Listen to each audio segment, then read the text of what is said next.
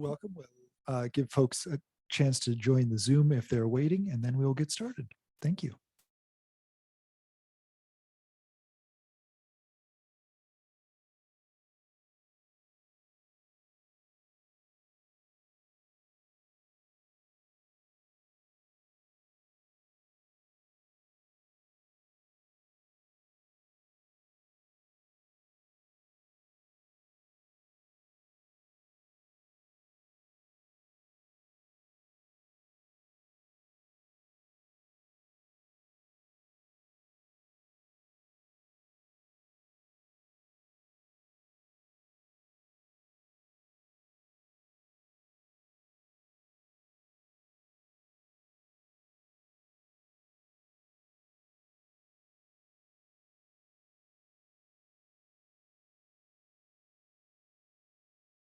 All right, it doesn't look like we have anyone waiting to join our Zoom, so we'll go with the folks we have in person. I call this meeting of the South Whitby School Board to order for board workshop. We will begin with our land acknowledgement, for which I will turn to Marnie Jackson. Thank you, Brooke. The South Whitby School District expresses our deep respect and our gratitude to the Indigenous people of this territory for their enduring care and protection of the land which we currently occupy and share. We recognize the decades and centuries and eons of care and relationship that people have with this and other lands. And we recognize our responsibility to be in integrity and relationship with one another, with place, with the wild beings of this place. And we recognize that we occupy and share this space through the Treaty of Point Elliott, which was signed by 82 tribes in Mukilteo on January 22nd in 1855. Thank you. Thank you. Since this is a workshop, we will be open to public comment. We're looking to engage with the community on the topics on the agenda. With that in mind, we're actually going to practice what we've been preaching and what we've been practicing. Staff, students, and now the board and administrators have gotten training in restorative justice and creating a community of care. And so we're going to go around and just do a little introduction to help us get to know each other a little bit and just give a little insight into what we're thinking. We're going to go one at a time. We're going to go around the room. Often this is done with an item to demonstrate whose turn it is. We're just going to go. I have confidence in this group that we can manage that just fine. I would like to suggest we go through those seated in the outside first, and then those seated in the inside. And what we're going to do is note our name, what part of the community or what community we're a part of, whether it's Langley, Freeland, Clinton, or somewhere outside of South Whitby. And what is one physical thing you'd like to see about the district improved with this bond? Okay. So if we could start over here. Actually, I'm going to change that. If we can start over here, and we'll do this side, and then we'll go around the outside and then come back the inside. I'm Joe Mocha, superintendent here in South Whitby. My pronouns are she, her. And I live in Clinton. And the one thing that I would want to see changed, if it was only one thing, is the appearance of our high school. Andrea Downs, pronouns she, her. I'm from Freeland, and the one thing I would like to see changed is the metal graded wall in the middle school and high school be addressed. Brooke Williford, I use he, him pronouns. I'm in Langley technically. The one thing I would love to see addressed is the leaking roof in the middle school, high school commons. Okay. Folks online can hear too. My name is Rebecca Bayback. I use she, her pronouns. I'm with Integris Architecture, and I'm really excited to be working with you to help you realize your dreams for your facilities for the next 50 years. JJ Leuenberger, outside of Langley. the one thing would be a lot. So there's more than just the appearance. There's quite a bit, but anyhow, yeah. I'm Kimmy Johnson. We live in Bayview outside of Langley. And I think the biggest thing for me is not just the appearance of the secondary campus, but a sense of being for both middle school and high school within the same building.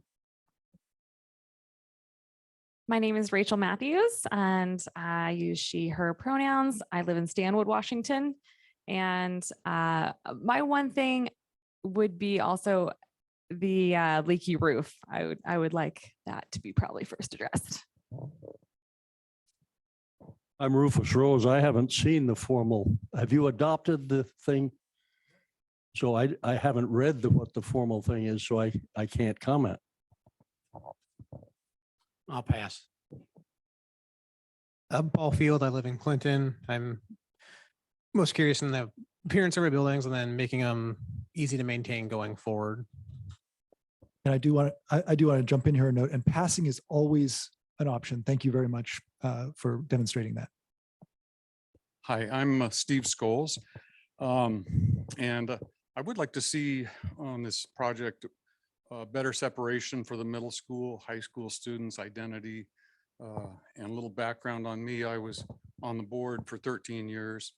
And 30 years ago, I was co-chairman of the last successful bonds, which took 3 tries in 92, 93. And that was quite a long, protracted fight. It took 3 tries and we finally got it through. So I could offer some history if you want to dive into that more and some of the lessons we learned. Thank you. I'm Christy McCarroll. I would love to see the face of the high school brought to modern times. John Patton, high school principal, Clinton, he, his, him. I would like to see facilities in our district where our students and our community can have pride. Hi, Jeff Fankhauser, he, him, his. I, as the special ed director, would like to see accessibility and inclusive environments for our kids. Dan Pullman, pronoun he, him, Langley, and I think the front of the high school. Ann Johnson, she, her. I would like to see our environments at both of our schools be inclusive to all. Marnie Jackson, she or they pronouns. I live in Clinton. I hope this counts as a physical attribute. I'd love to see the smiles on the faces of our students when they feel really proud of their learning spaces.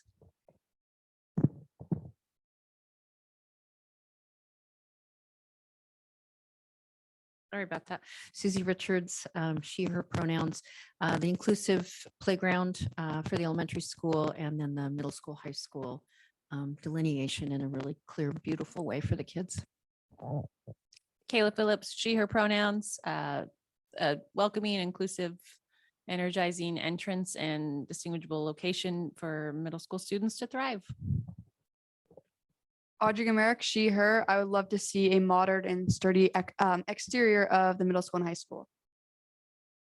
Katia Schiavone, she, her. I'd like to see improvements to the AC and heating in the high school, middle school.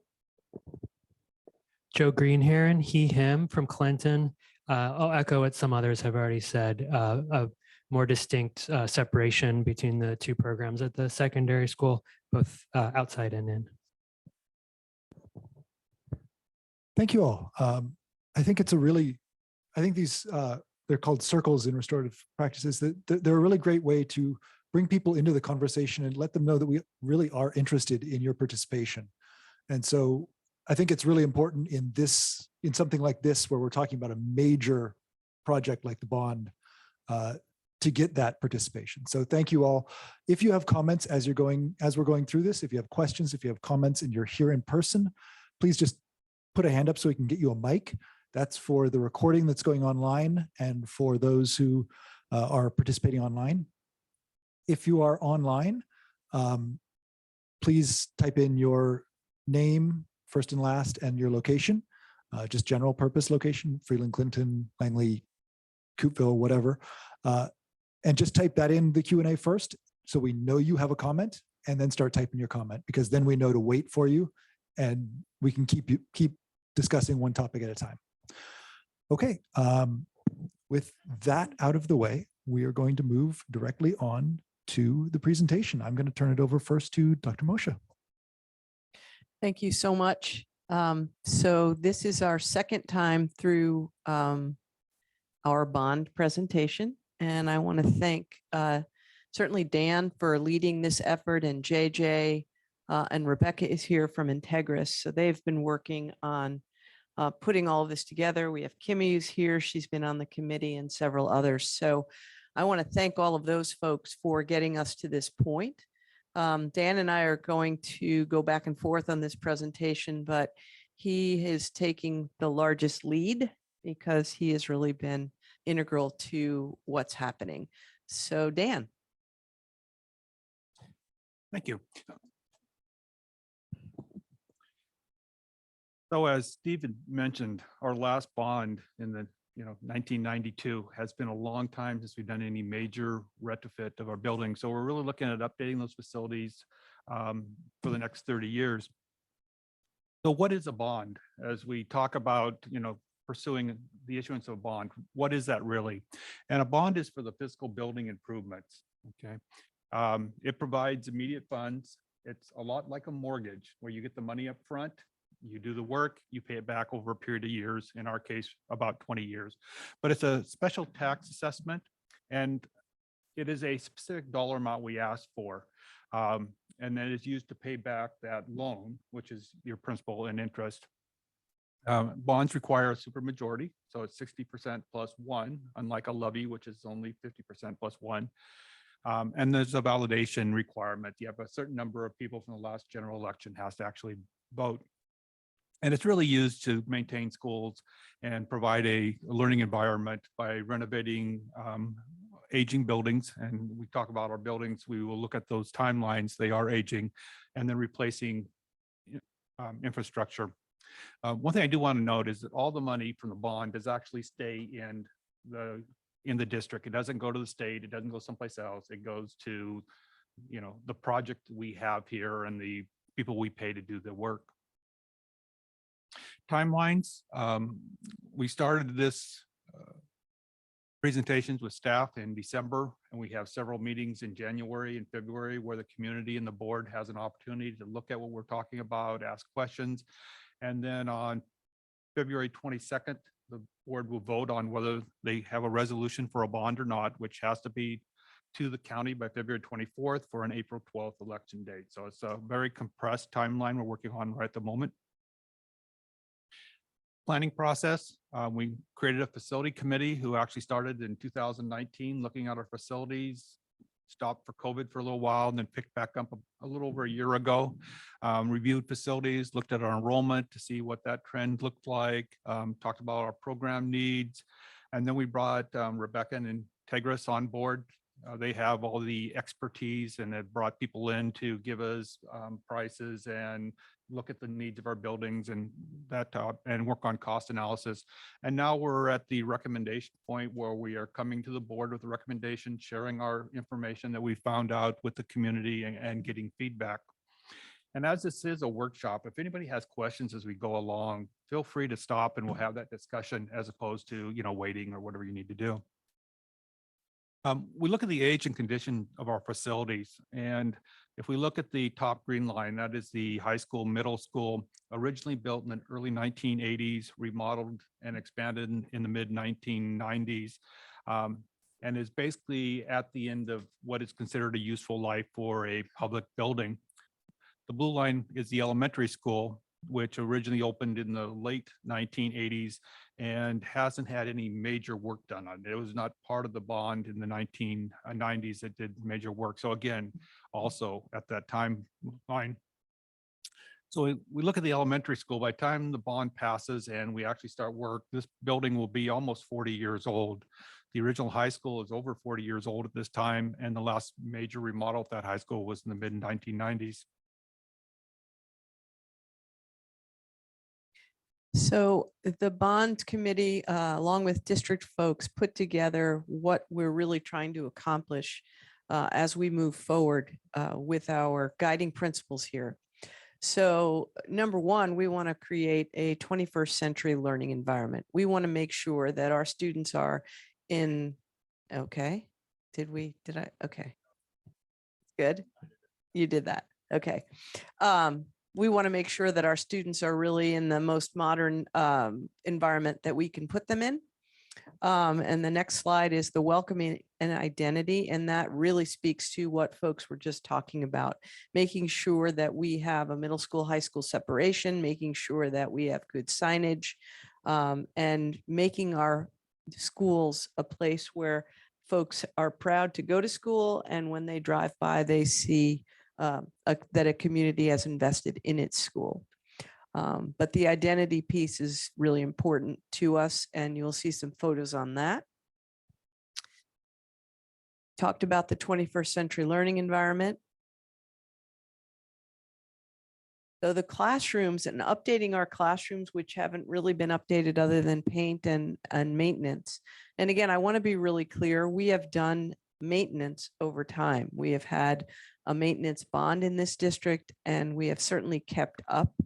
But the infrastructure and the siding and so on, all of that is cost prohibitive for the annual bond or annual levy that we have.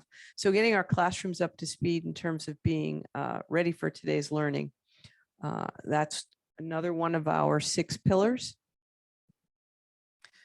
Wayfinding and safety, that's really all about getting the parking lots up to speed, making sure that they flow smoothly, because that has been a concern with the changing student population and the way they come in and out of school, as well as signage and safety in our buildings. So again, we know, unfortunately, that our world has become unsafe for schools, and we want to get our schools up to the latest safety measures. So that is a piece of this as well.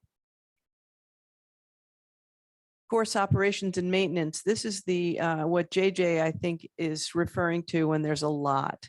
But this is what people don't see, but really impacts each of our buildings in terms of their performance and their environmental impact. So it also helps us reduce maintenance costs. So something again that we are very, very clear on needing to do. Inclusive environments. We also heard comments here tonight about that. We have students with all kinds of needs who also want to access all of our schools and all of our playgrounds. So it's not just about complying with ADA, but making those structures and opportunities available to all students, whether it's restrooms or play areas or outdoor covered play areas or covered educational areas. Dan. So the next few slides, we'll look at actual photos of our buildings, and then we'll look at conceptual photos. They aren't designs. We don't have blueprints. We haven't gone down that road yet, but it's gives you an idea of what our buildings could look like if we were to pass a bond and then did that type of work. So the first one is a front picture of the high school, middle school, and we're proposing updating exterior, and it's really about pride, students, community. The other part of it is about building integrity. We have places where the siding has delaminated from the building and needs some work. So conceptually, we could have a building that looks something like this, much more modern, very bright, very attractive. This is a picture of the courtyard in the same building. Again, it's been almost 40 years since this work has been done. So as we're doing the work on the building, updating that also. If we're putting new siding on that building, we could also do new hardscape and make it a more attractive place that our students would have pride in and would actually enjoy being. We need to do work to our stadium field and track facility. We do have a grass field that is limited in the use. And so we are proposing a turf artificial type field to replace that, and then some work to the actual structure itself to bring it more up to date. classrooms. This is a picture of one of the classrooms in the back of the high school, middle school building, and just some updates to some of those places that make them more conducive to the learning environment. We talk about welcoming and identity. The picture on the left is the current entrance that we use to get into the building. The picture on the right is a door that goes into what is referred to as the new commons. And so we could create identity for both the high school and the middle school just by doing some simple things such as creating a canopy of some sort and giving them both an entrance that is identifiable from the parking lot and then would provide them a place that they could have, you know, pride of where they are in this building that is shared together. We talk about wayfinding and safety. We have things like the door on the back of the facility there. There's things that we need to do to improve that. We actually have a classroom outside that door. So if we want to be safe, we need to include that into the facility. And then our parking lots haven't had anything done to them for the last 30 years. And part of it is site circulation, especially in this building. There's a lot of parent pickup and it wasn't really designed well for that aspect of it. We have fewer buses than we had 30 years ago. We could borrow some of that space to make a better flow through this facility. So there's a lot of things we could do. And just the idea that our asphalt and our curbs are all degrading over time, they all need some help. Thinking about a covered walkway that connects this building to the gymnasium at the South Campus. One of the concerns in this building is there's not enough space for the PE program. It is a shared space for PE and for the food service program. So it limits the amount of time that kids actually have in an enclosed gymnasium. And there was a consideration of building another building up here, but since we have one that is going to be vacant at the South Campus a short distance away, it makes a lot more sense to utilize that building and then somehow create a covered connection between the two, which would also work well for transportation when kids are waiting for buses and those type things. We've talked about inclusive environments. The picture on the left is the current playground we have in the back. And the two on the right are newer ideas of what a playground could look like that would allow all children to have that opportunity to play. It's not necessarily available in the environment we currently have. We're also looking at upgrading all of our restrooms, locker rooms, making them ADA compliant if they are not, creating some single-use restrooms, and just an updating of restrooms that are 30 years old and see a lot of usage throughout the day. We're also looking at a couple covered outdoor play areas, one in this facility and one at the high school, middle school, that would allow our students during the day to have someplace outside where they could have activities outside of the weather, but it also provide opportunity for community. We have a covered area at the South Campus that is used by adults for pickleball. And this would provide more spaces like that. It also provides spaces for our athletic teams. If it was a rain out and they couldn't participate on the field, they could still do some practices and things like that. So it's a very broad multi-use type environments. One of the things we looked at as we're going through this is we're going to talk about updating HVAC and those type of things, is that there's a House bill that is going to make us look at our energy performance and meet a criteria or spend money towards meeting that criteria. And it seemed appropriate that as we work on a bond and we're talking about upgrading the infrastructure, this would be a good time to see what we need to do to meet those standards. So that was part of the conversation when we look at our operational improvements, is what do we need to do to get to this point? Because it is a requirement that we will have to try to meet at some point. And it's based on the size of the buildings, and it comes through in a multi-year process. So operations and maintenance, big part of what we're looking at is improving our mechanical systems. We're looking at, a lot of our buildings don't have the capacity to cool air. So they're just the old heaters on the wall. So we could replace those with a heat pump that would provide both heating and cooling, provide better air quality, just all those type of capacities that right now we don't have based on, 30-year-old systems. Also looking at updating the roof at the high school. It's about 150,000 plus square feet. And when Joe had talked about that, there's things we can do with the levy and things we can't. This is one of the things we can't do with the levy.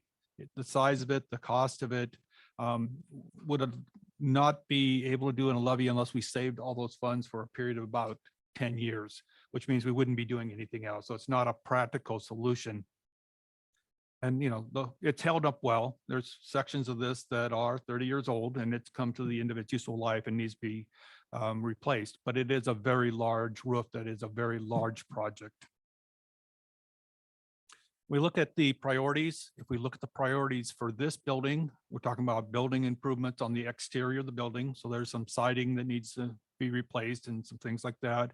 An inclusive playground, making sure that our restrooms are all ADA compliant and updated. Our heating and cooling system upgrades. A lot of the heating and cooling systems in here are at the end of their life cycle. Also reconfiguration and repavement of the parking lot out here to create that site flow.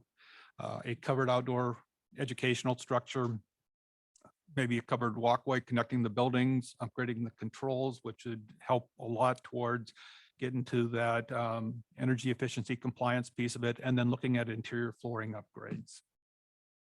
And when we're looking at these, we're kind of looking at big buckets of activity. So it's not very specific that in 101, we're going to do this. That would be determined after the bond was passed. This is the bigger picture of things that we need to do. At the secondary campus, it's quite similar, but there's a few more things. We need to look at the siding and window replacement in there. Also the structures to identify the entries for the middle school and the high school, some way of giving each of those entrances their own identity. Another covered outdoor educational structure with some storage at that building, an inclusive playground, ADA compliant restrooms, locker room upgrades, replacement of the roof, heating and cooling system upgrades, repaving and reconfiguring that parking lot also, work to the stadium, track and the field upgrades, some classroom reconfigurations to make them useful for what we're doing today as opposed to what we did 30 years ago. Looking at some additional student support spaces that would provide opportunities to provide maybe more nursing services or those type things. Interior floor upgrades, the system controls, and then also upgrading that courtyard that kind of see in the picture right there. So we talk about, how much does one of these projects cost? It's broken down into basically two pieces when we talk about this. The first is the construction costs. How much is it going to cost to have a contractor come in and do the work? And then there's the non-construction costs, things like inflation. If we get this passed in 2023, by the time we do design work, we'd be lucky to get started in 2024, maybe not get finished in 2026. Things are going to cost more. So we have to plan for inflation, and there's a percentage in there. And then there's the soft costs, the things that aren't actually in the construction costs, such as bond costs. We run a bond with Island County, we have to pay for that bond. There's design fees. If we need furniture or equipment, that would be extra. Sales tax permits, management fees, mitigation fees, and all those things that aren't actually part of the building process. And then we have to also make sure there's enough capacity in this that there's unknowns. We might open a wall and find something in there that we have to mitigate, or there might be a problem with the roof. We have to replace part of the roof as opposed to just replacing the roofing. So you have to make sure there's enough in that for capacity for those unanticipated things. So we are proposing an $80 million bond. And the way we came to that is we've identified about $45 million in projects at today's cost. And then with the inflation, knowing that we are not going to do it in 2023, we've escalated those 6% next year and 4% each year to offset any inflation costs. And then when we talked about those soft costs, is all the things that are not part of the construction cost itself. Those are estimated at about 50% of whatever the construction cost is. So that's another almost $27 million. And that's how we get to that $80 million that we would ask for. Quick look at our historical rates. We haven't had a bond since 2010. We paid the 1992 bonds off at that time. We do have a capital projects levy. We had a transportation levy, which bought yellow school buses at one time, and then the EP&O, which is our general operating levy that we have every year to support the learning environment. And you can see that over time that those rates have gone down. We started at $2.76 in 2001. This year it's at 99 cents. And for 2023, the rate drops to 79 cents. Yes. I think you're going to ask the same question. Are these numbers adjusted for inflation? These are the actual numbers in that year. So there will be a change, and we'll talk about assessment and what causes these to change, but these were the actual rates, and the 2023 rate is the actual rate. And the reason it's going down isn't because we're collecting a lot more money, it's because the assessed value went up. Well, and the other thing I was going to say is, what's this compared to? It's a. We'll get there. Yeah. Thank you. I'll compare you to a lot of things. Yeah. Yeah, I got it. So this is why those rates change over time. They're based on two things. What's the amount of money and what's the assessed value? And you can see that in 2003 to 2009, assessed value grew, took a dip during that real estate area where prices went down, and then has gone back up again. So based on that, $80 million repaid over a 20-year time frame is about 70 cents per $1,000 of assessed value.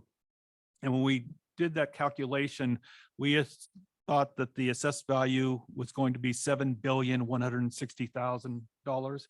I actually got the information from Island County Today. It's $7,155,000. So very close to the estimate, but a dramatic change from the current $5,852,000,000. So a big difference in there. And that's why you see that drop from 99 cents to 79 cents in our EP&O and our capital projects, same dollar amounts. It's a different assessed value. So on $80 million at 70 cents, if your home is worth $500,000, we would be asking you to pay an additional $29.08 per month to support that. And for those that aren't really good at math, you can look at it this way. So if you have a piece of property worth $100,000, it would cost you $70 a year, or $5.83 a month. If your home was $750,000, it's about $44 a month to get to that same rate. So it gives you an idea of what the cost of the $80 million would be. And you'd asked about how does that compare? These are the school districts that are in Island and Snohomish County, and it's their current tax rates from 22, which is last year. But you can see that Snohomish, their bond EP&O capital projects equals about $4.40 per $1,000 of assessed value. And it goes down from there. And we're currently at 99 cents with the capital and EP&O. One of the things about the EP&O, that is actually limited based on our per pupil amount. And that's one of the reasons why our levy is low and the rate is low. We are collecting $1 million less than we did 4 years ago because we are limited on how much we can actually collect. But it gives you an idea. And Index is the only one that are actually lower than South Whidbey, which is a very, very small district halfway up the mountain. If we look at districts that have similar assessed values, we can see the same type of thing. And, these are larger districts, but the value of the property within that district boundary is very similar. Again, Mount Vernon is $4.60. Arlington, $2.49. And again, South Whidbey at 99 cents. So what would this cost us if we had this approved? Well, the assessed value at about $7.1 billion, 70 cents per thousand added to our EP&O and our capital projects would bring the amount up to $1.49 per thousand. So again, the difference is going to be basically the one we saw before, depending upon how much your house is worth, but somewhere between $70 and $523 on that chart. Some of the questions that people have asked, I thought I'd try to answer. What happens if assessed value goes up? Is the district going to collect more money? And it's no. We are going to collect $80 million. School districts, unlike other taxing districts that you might be familiar with, do not do a rate per thousand. The rate per thousand is only an estimate for the taxpayer to get an idea of how much it's going to cost. We actually collect the dollar amount. So as the assessed value goes up, the rate goes down. And an example was our EP&O and capital currently at 99 cents drops to 79 cents. We're getting the same amount of money. It's just the assessed value went up, so the rate goes down. Okay, so it's fixed. It isn't going to be because value goes up, district gets more money. Also, what's the difference between a bond and a levy? And, you know, somebody said, I thought we approved a bond last year. Well, we didn't. A bond basically receives the money up front and it's paid back over multiple years, usually about 20. And it operates a lot like your home mortgage. You get the money up front, you buy whatever you're going to do, and then you pay it over a certain amount of time. Where a levy provides funds on a semi-annual basis with collections in the spring and the fall. And we don't borrow the funds. You know, we get those funds and there is no interest, no repayment. It is kind of a pay-as-you-go type process. And that's why some of the large projects we can't do with a levy because we don't collect enough money to do that. Our last bond was repaid in 2010. So taxpayers have not paid any property taxes towards a bond in this district for the past 12 years. We currently do have a capital project technology levy, which is different than the bond, which is approximately 2.25 million a year. And that's used to support our technology and also for our smaller scaled capital upgrades. We can replace a few heating systems in a building at a time, but we can't replace all of them.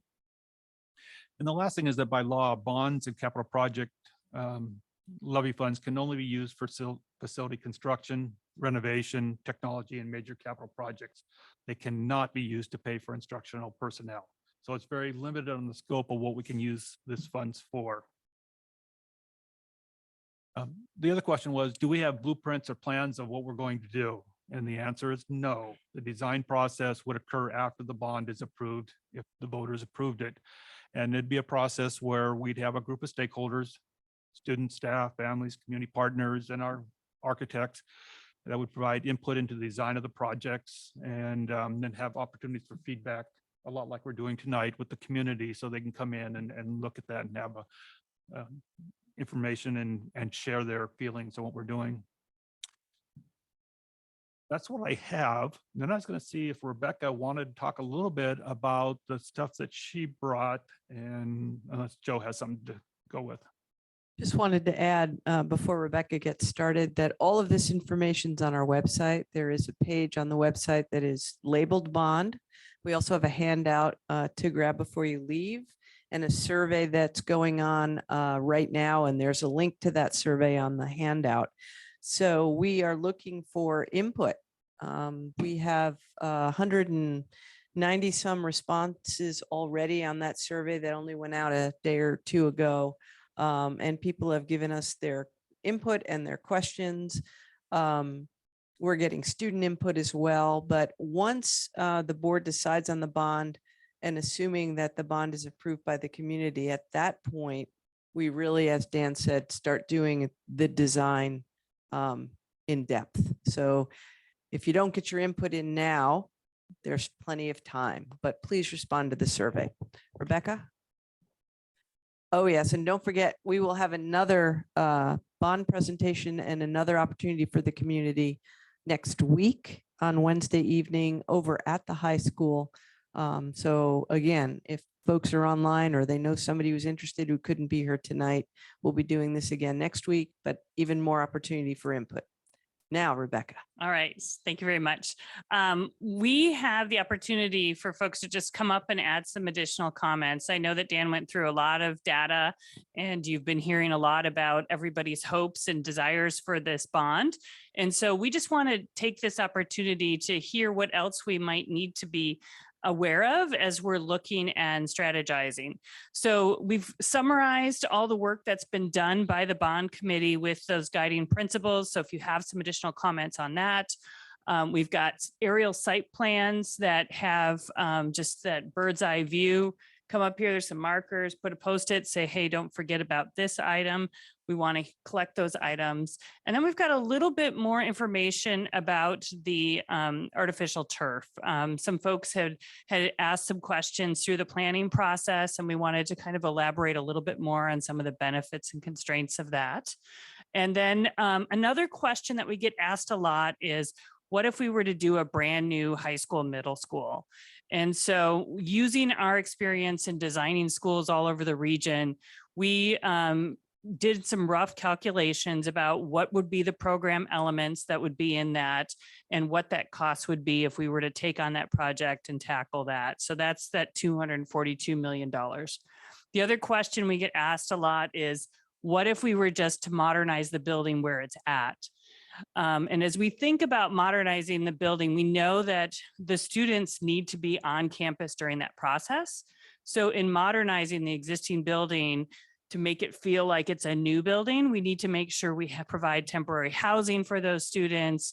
And we need to make sure that we're upgrading it to all the current codes, because as we get to a certain point of investment within the building, it triggers updates to earthquake codes, the stormwater on the site. There's new mechanical codes, and the list goes on and on.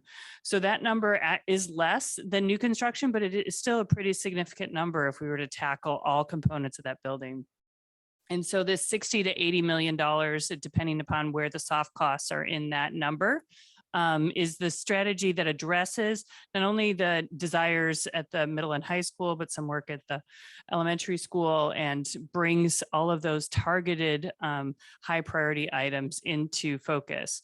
And that's what we want to make sure we've got feedback on as we're looking at those high priority targets. So I'd like, if it's okay, I'd like to invite everybody to come up and just spend a few minutes.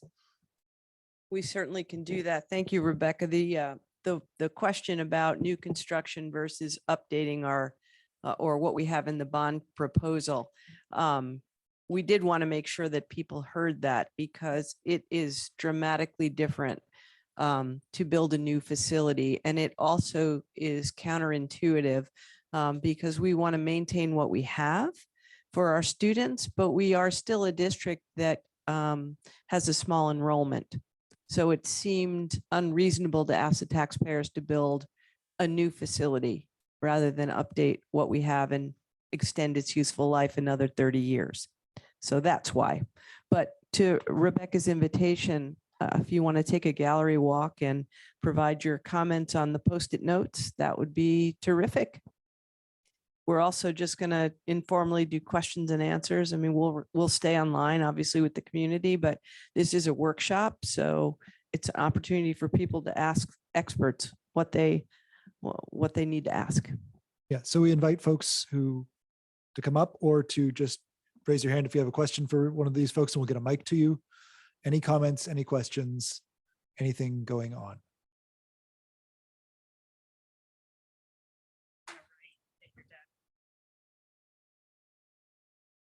I do have a question just to get us started, since no one else is mentioning anything, to get the ball rolling. I'm sure that you've already investigated this, but I know that there is some concern about additional injury possibilities, soft tissue injury possibilities on field turf or turf fields as opposed to natural grass. So I just want to confirm that y'all have looked into that and found the best, safest possible surface for our students.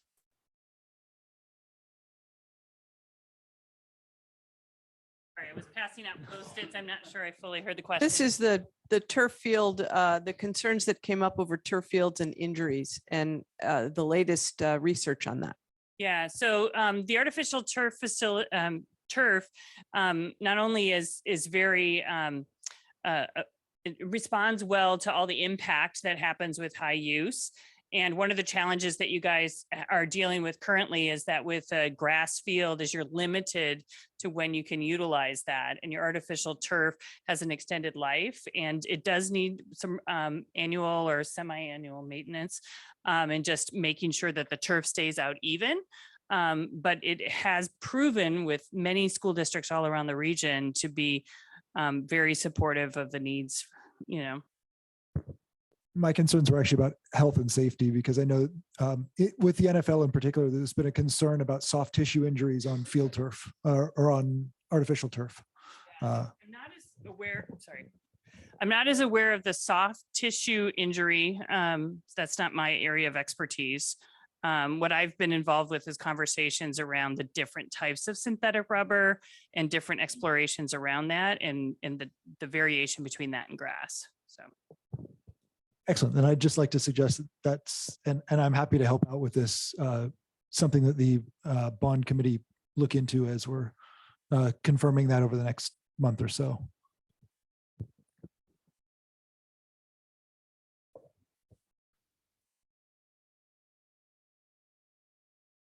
Thank you. My name's Rufus Rose, Max Walton Road. I have a whole bunch of questions. You know me. I have a lot of questions about everything. I have no question that there is a need to update facilities, and I hope that an appropriate amount of money is provided to have good, safe facilities that are conducive to learning. Having said that, the kinds of questions that I have, I helped a guy build houses for 6.5 years after I got out of the Navy, so I have some familiarity, but that was a long time ago. As a taxpayer, I want to know what I'm paying for. And this kind of process, you don't really know.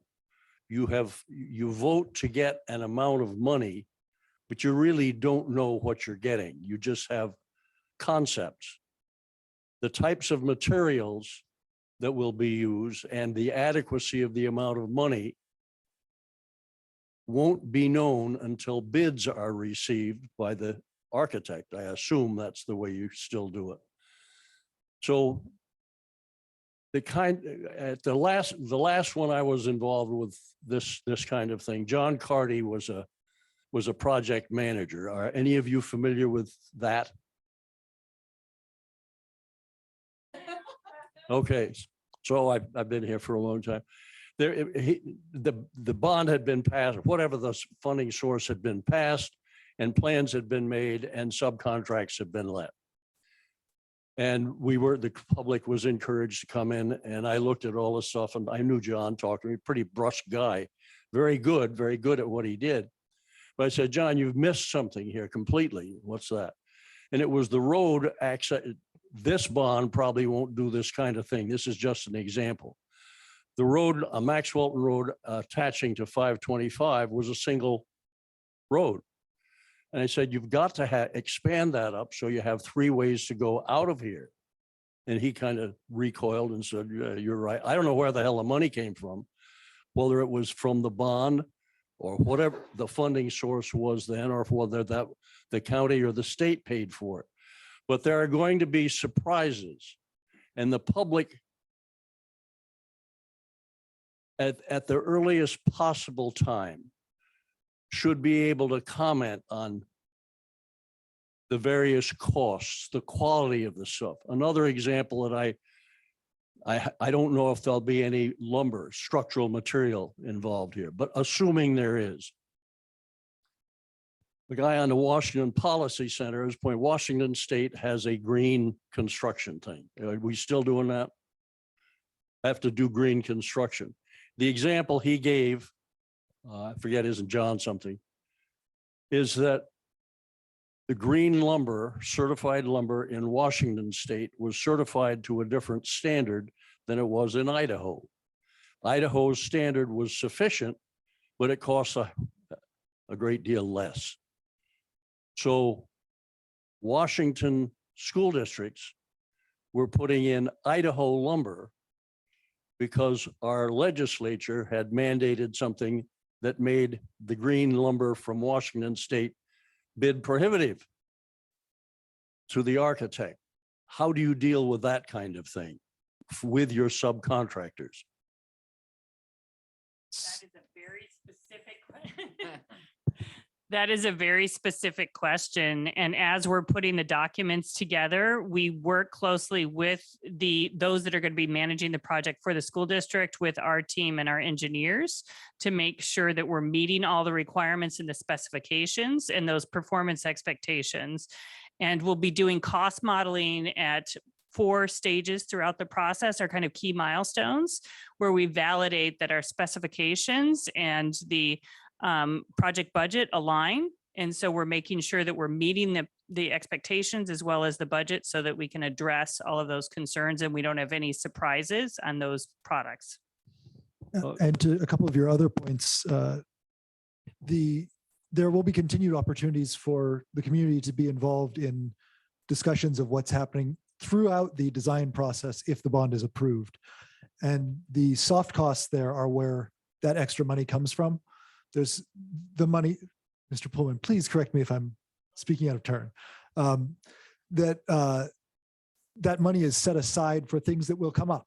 Because we know that in every project, I've done construction with my father also, I've done construction with several other contractors on the South End, things come up. And so you set aside money for those things that come up. And that's part of the $80 million number. I guess I'd be happier if I had confidence that changes can be the public, this process of I want the facilities to be improved. And I want them to be improved as efficiently as possible. And to maintain sharp eyes and tight fists on the money during this process. It sounds like the soft money in the world I live in is a slush fund. And that's not a comfortable term. No, let me give you a heads up on how we're going to manage the project. We will have a district project manager who will be tight-fisted on the money and make sure that any change order from what we initiate is done at the most cost-effective way possible. So that is part of our assurance, is that we have every intention of doing that, because that not only maintains the taxpayers' money, but it gets us the best project possible for the amount of money that the taxpayers set aside. So we have every intention of doing that. It is not a slush fund, but I will call it a contingency fund, because when you open a wall and find something that you're not supposed to find in there, we have a built-in contingency for that. But again, it won't just be done behind closed doors. It has to come to the board as a change order. I mean, these things have a process that we will follow. But there will be a project manager, much like John Cardy. We will have a project manager for this project as well.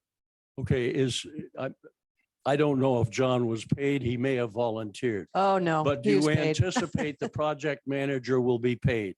Absolutely. That's And part is of the the money cost. that he will, or that person will be paid in the soft money? Yes. That's part of the So- cost of doing business. Is Yes. there a bid process for the project manager? That's a professional service. So the board has the right to select a project manager, much like the architect. It's a professional service and you get the best possible service you can.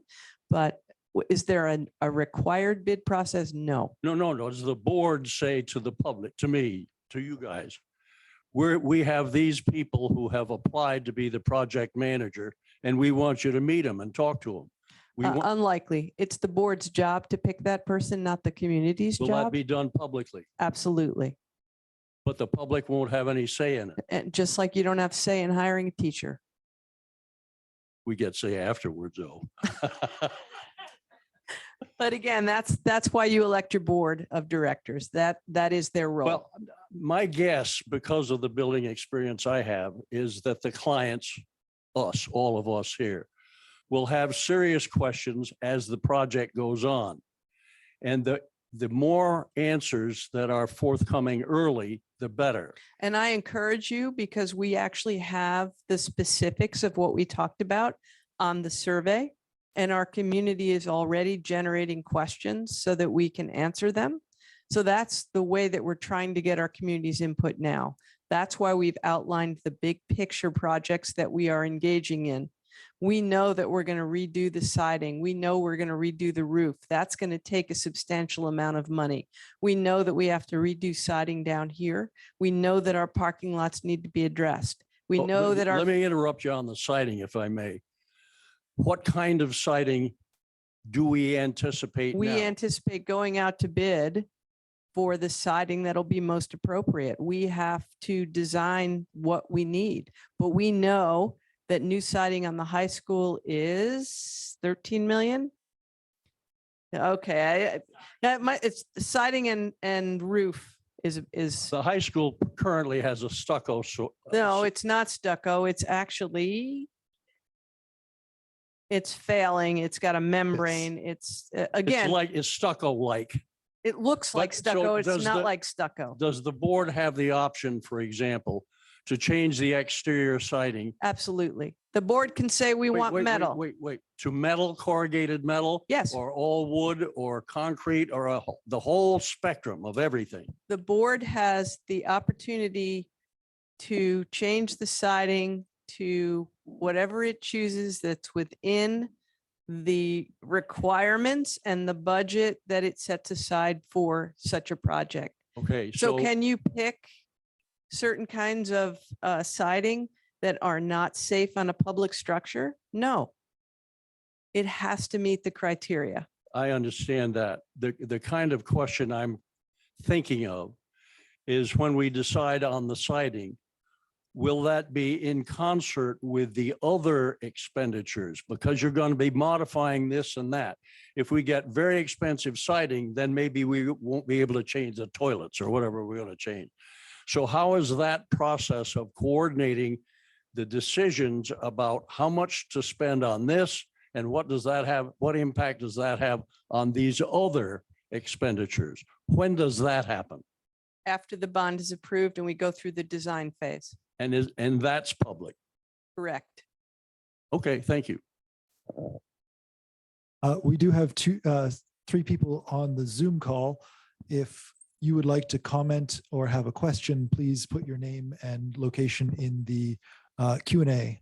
Are there any other questions here in the room? Come on, Steve. You got a list. Brooke, quick, give me your mic away. There's 4 mics over there. Yeah, Rufus spoke many of the things that were on my mind too. And I'm a retired general contractor. And back when the previous project was done, I worked closely with John Cardy. He was on the board before me, and also John Napland. And really, those two guys saved us many millions of dollars, I'm convinced.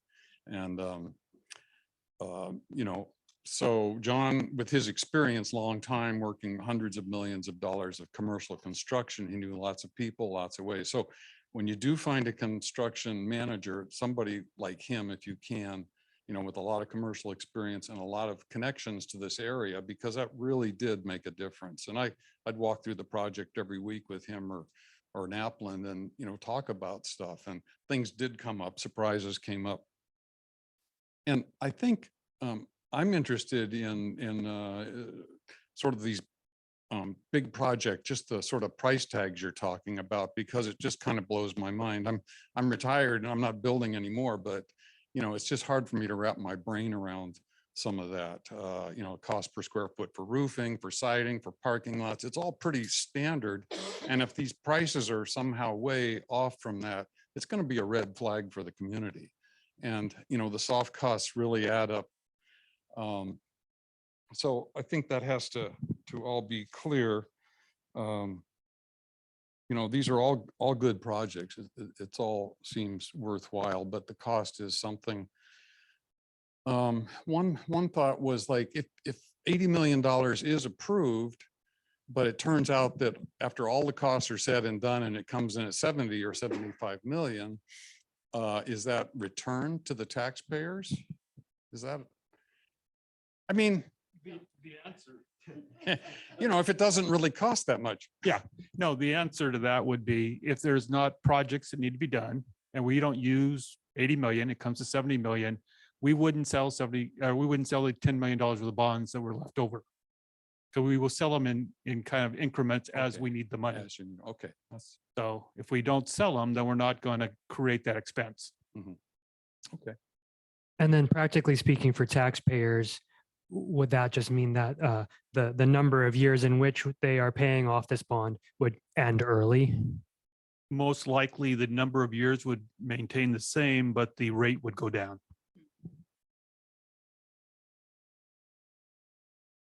Were you also asking a question about how we arrived at the numbers? Well, not specifically, but I think people would want to know is like, why does the roof cost this much or the siding? And Rufus, raised good questions about, are there alternatives to, if it's $10 million to put metal siding on there, well, maybe you should rethink it or, come up with alternative ideas. So yes, Steve, Andrew? as somebody who is in the process of re-roofing my house, I would love for the cost to be less, but one of the unfortunate pieces of the world we're in is construction costs skyrocketed. I've got a 3,500 square foot roof that the bids were 40,000 the roof. And that's shingles, right? That's not metal. Yeah. And Dan, our roof is how big for the high school? 150,000 square feet. That big. So I hear you when you say like that sticker shock, but it's also reality right now. Yeah, well, I think, the numbers, it would help people to see that. As an example, I think the roof on this building went in about 12 years ago, 10, 12 years ago. Yeah, and I was on the board and we had an estimate from an architect who said it's about $750,000 to roof this very building. I'd been working with a roofer out of Oak Harbor and asked him to do a bid and they did it for 180, so like what, 30%. And then there's a play structure over on the playground behind us on the South School. It was estimated to cost $150,000 to do seismic retrofit. We got a local contractor to do it for 20,000. So I'm not saying we can, do that for such giant things like this, but again, we need somebody like a John Cardy, bring him back to oversee this. And I did have a question about your role as the architect and your company and what is your role to control everything that goes on? Is everything going to go through you, via the board for approval? And what are the fees that your company charges for the whole project? Okay. So to go back to the cost process and arriving at the numbers, we took the list that everyone had developed and we worked with an independent cost estimator to respond to the cost, and they pull from bids from other districts and around the region and to validate those numbers. So that's just to give you some certainty with how we develop those numbers. Our firm is Integris Architecture, and we do full service architecture, structural engineering, interiors, master planning, a variety of services that support school districts. Your community has only hired us for this pre-bond planning process. And so our hope is that we would be moving forward in supporting you in the design of the project and moving forward with that process. But we have not formally been hired for that next phase of the process. Did you want to speak, Dan, to the design fees and how that's all calculated? No, I was just going to speak to the same thing, that they were hired for this process and then we will go back and continue or not when we actually have a bond. Yeah. But yeah. And then our design fees, the state actually has a process of outlining how our design fees are calculated. And so when you hire your design professionals, you're hiring based on qualifications, and those design phases are, and those design fees are pretty well outlined by the OSPI, the Office of Superintendent of Public Construction. So. And we went through a request for qualifications type process to find the architect and all those things. Yeah. I have a question. I'm just curious if you could share a little bit more about the timeline, if the bond were approved, in terms of when we actually begin constructing these facilities improvements, and possibly speak to the experience of the students who are in the building during that process. Oh, I don't have a clear timeline. I know that if it's approved in April, then we start the design process. And you probably, Rebecca, have a better idea how long that takes, but I'm assuming with all the community input that we want and the feedback that that's going to take through 2023, most likely. I just hold on to this. Just with the availability of engaging your school community, we tend to be limited with access in the summer months. And so it'll probably go into the fall. But we'll be continuing to develop test ideas. You'll get more certainty with the look, the feel, the materials, all of those components as we move through the process. And then there's a permitting process that we need to go through as well. And there's just components that it takes a little while to get on the schedule, as far as when we engage maybe some traffic consultants and some other folks that they need to work with, normal patterns of the day. And then once we have that, we go out for the request for proposal, which that process alone is like a 3-month process just to get it together, get it out, get people responding to it, let the bid, all those things. And then normally it may take a contractor another 3 to 6 months before they're available to actually start the work. So my optimistic hope is that, mid 2024, we could probably start some of the projects that we have on here. We could do sooner. If it doesn't require a lot of engineering or design work, if it's just, replacing something, we can do that in a quicker process. But the majority of the large projects are going to take a while. There's a chance that my class of 2025 kid might see the groundbreaking. I would certainly hope so. Thank you. Very helpful.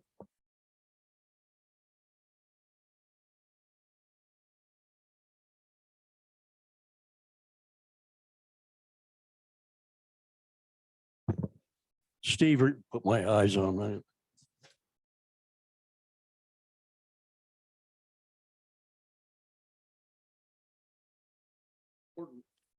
And I'm not sure, Steve reminded me of something I think is very important, and I'm not sure at what phase it was done when you were on the board and when Cardi was here. But using an example Steve gave, I'm trying to lecture the school district, the board right now. When you sign a contract, make sure you have the authority to compare what the architect or the subcontractors say, and you don't have to accept it. You can go, as Steve suggested, to some other local person. I don't know how you write that into a contract. Did I say that accurately, Steve? So, am I clear? Do you understand what I'm saying? The architect, I'm going to make you sound terrible. I don't mean to do that. The architect comes from Seattle and they do high-rise structures all the time, and they have people that they live on money, our money. And we don't want that. We want to get the best bang for the buck. So how do you write? Maybe I should ask the architect, do you have contracts where school districts say, well, when it comes to siding, you can tell us what you want, but we can go look at it. Or when it comes to playground equipment, you tell us what you want to spend and we think we can get it. But now you don't want to do, I wouldn't want to do that if I was an architect. You're in there to get the job. You want to make your profit, and that's appropriate. Yeah, and I think it's important to, and I didn't go into a lot of detail, our firm just works with school districts and we just do public facilities. And so we understand that we're being trusted with the taxpayers' dollars, and our job is to be really good stewards of those dollars and partner with you in identifying what is the value, what are your expectations, and how those dollars are spent. And there are a variety of strategies when it comes to getting the work done.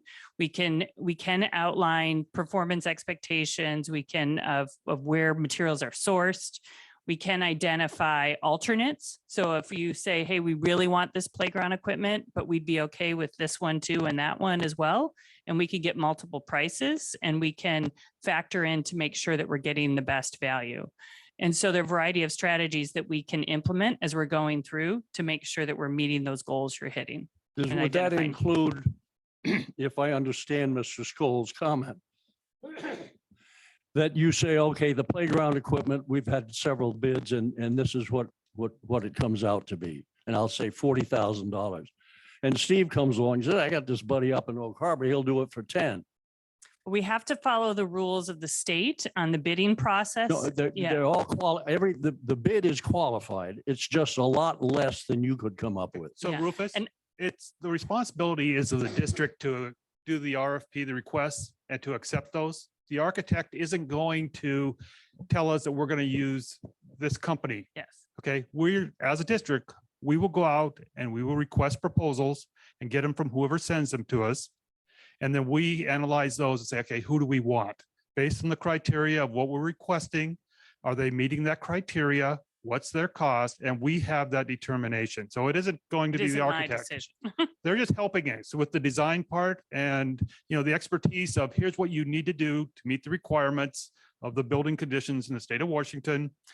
It's our responsibility to do the request for proposal, to make sure that they are meeting, all the requirements for public bids. And there's a lot of those. It's very laid out by the state of Washington. We have to do public prevailing wage and all this stuff. We can't just have Johnny homeowner come in and build something for us. There's very specific how we do I things. understand that, but what I heard. But it's our Steve- responsibility and the board has to accept it. So it isn't going to be somebody from outside telling us what we're doing. They're helping us with, what do you need? What are the alternatives? What do you put in that proposal that somebody is going to respond to? Steve, is that the way it worked when you were on the board? When you found somebody that did it cheaper? I can answer that for you, Steve, because I did the building roofing here. I was here. Yes, we went out for proposal and, I think it was Savage Roofing or whoever it was that came in and said, yeah, we can do it. And here's the price we'll do it. We got 4 different bids and they had the lowest price and met the criteria of what we were requesting based on the quality of the shingles and all the things that we put in that request. So that really becomes our responsibility to pick who we're going to have do the work, what that is. They're going to help us set that criteria of here's what it has to meet as far as a standard. I want to pick on the architect again. But it's a friendly picking and it's in the benefit for the school board and for the people who live here. One of the jobs I was involved with when I was building houses with another guy who knew more about it than I did. We had a family wanted to remodel on a house and the wife insisted that an architect be involved with the remodeling of the project. And the husband said, I want my wife to be happy. That's a smart thing to do. But I don't want the architect to be involved with all of the project. Because the architect in that instance, and there's a question in this, is paid 10% of the gross. And I don't want to pay extra money for things. I'm going to satisfy my wife with an architect, but I can do these other things with the contractor I was working with. So is your fee a percentage of the gross? Is it a negotiated thing with the school board? Or is it, I did real estate too. And when I did real estate, the general public was told the commission is 10% or 6%, depending on what it was, but it was totally negotiable. And a prudent purchaser of a home or land would say to me as a real estate licensed agent, is that a fixed percentage? And I had to say and wanted to say, no, it's not. It's negotiable up and down. Is your fee a percentage? Is it negotiable up and down? So our fee is established per the protocols with the Washington laws. And so it depends on the scope that we're doing. So when we're doing the scope, that's identified, then our fee would follow the protocol that's been outlined. Has that been established by the legislature? Yeah. They say that if you spend $7 million, you get X percent, and if Yep. it's $50 million, you get A different percentage. X minus, I assume, a lower percentage. And there's a different percentage based on whether it's new construction or modernization. They've got it all spelled out. So the school directors here have no say in that. They simply obey the law. It's all spelled Rose? out for the protocol. So Can I just give you a little example from my personal experience around how a project like this can go on a very But small before scale? you do, the things I'm saying, I know they sound tough. And it's just to make it easier for this thing to work. Oh, yeah. I'm No, I I'm just- asking these questions. I just think I can give you an example around how I Okay. view a project like this on a much smaller scale. But so I was involved as an executive director with a nonprofit that fundraised for and broke ground for a significant capital project Up during. there in the woods where you. Yep. Yeah. And so this all started right before the pandemic. And then the pandemic happened. And so costs went through the roof, contractor availability changed, materials changed, shipping got gummed up all over the globe. Everything changed, but we had a really savvy project manager. We had a team keeping a really close eye on the numbers, and we were value engineering the heck out of it at every stage and looking at where can we cut costs? Where can we avoid cost overruns? How can we stay within our defined contingencies? And how can we still get a really high quality structure that our donors, who are like our public, our paying customers in that case, can still feel really proud of and honors the vision of this project. And I think we succeeded. We ended up with something beautiful, but it took a lot of people being really mindful and scrutinizing the numbers and making tough decisions throughout. So I expect that we're going to have a team that's So I'm pleased to hear you say that. So you've got experience. Now, let me ask the other school directors. Do any of you have experience in large construction projects of this size? Nothing this size. My father and I contracted and built our own house. So we do have some experience with contracting fees, but nothing this size. Joe? We just built a barn. Does that count? No, I've never done anything like this before, sir. But I've spent money and I've not spent money, and I know how to be prudent with money regardless of how it's being spent. I've heard you, and I don't need to ask the other people. Yes, be tough. Be tough. Well, hold on there now, Rufus, because I do have experience with this. Thank you. I actually did an RFP for a roof bid just last year on one of our school buildings. So, so yeah, like it is a transparent process. Absolutely, we are not. I trust the integrity of this board, and I trust the integrity of the people that we have designing this. JJ knows those buildings inside and out.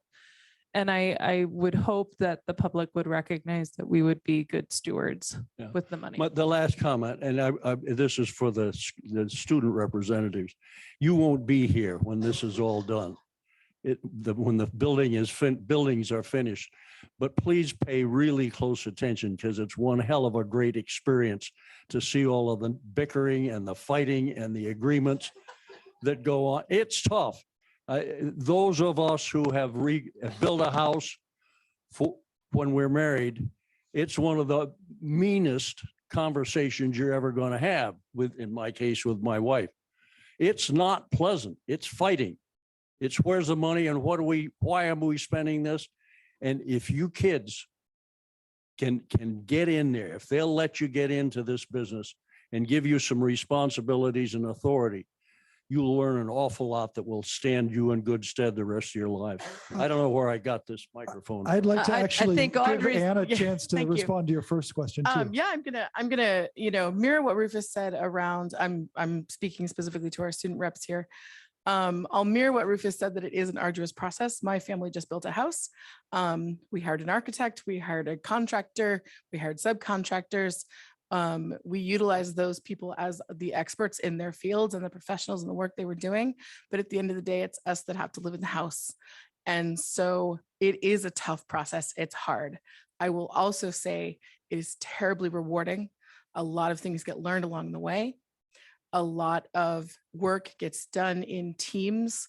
I think both Rufus and Steve spoke to the concept of how many people and how much energy and time and effort it takes. So anytime we can have student input on all of the process is so powerful. So if you have peers who would like to come offer their their thoughts, their information, whether they're going to be in the school district or not, when we break ground, and when results happen, have them come to the next meetings, have them give their input.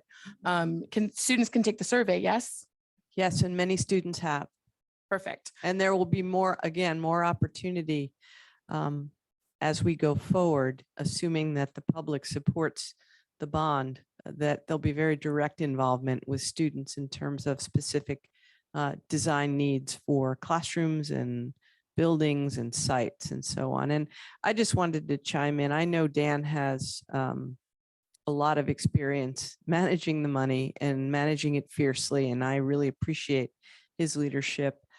In my past experience, I went through major district construction and major bond work and worked directly with the construction manager and saw kids being displaced and then replaced and offices moved and so on. And again, I went through it 3 different times. So there is enough experience here to know how to manage this effectively and to call in the expertise that we need. And in this state, as Rebecca has said, it's very, there's a lot of state oversight on the architect and engineering pieces of this. So I feel pretty confident that we have put together a good picture. I too had sticker shock. I went to the first time I went to the bond meeting, I basically said, I don't want to see anything more than 50 million. And they all just sort of humored me and laughed at me and were like, yeah, we're not going to get anything for that, because it's shocking, the price of doing business. I'm hopeful that, to your question, Steve, that maybe we actually, I shouldn't say it, but maybe it'll be less than we think, because prices will start to drop, but there's no guarantee. And we really need to get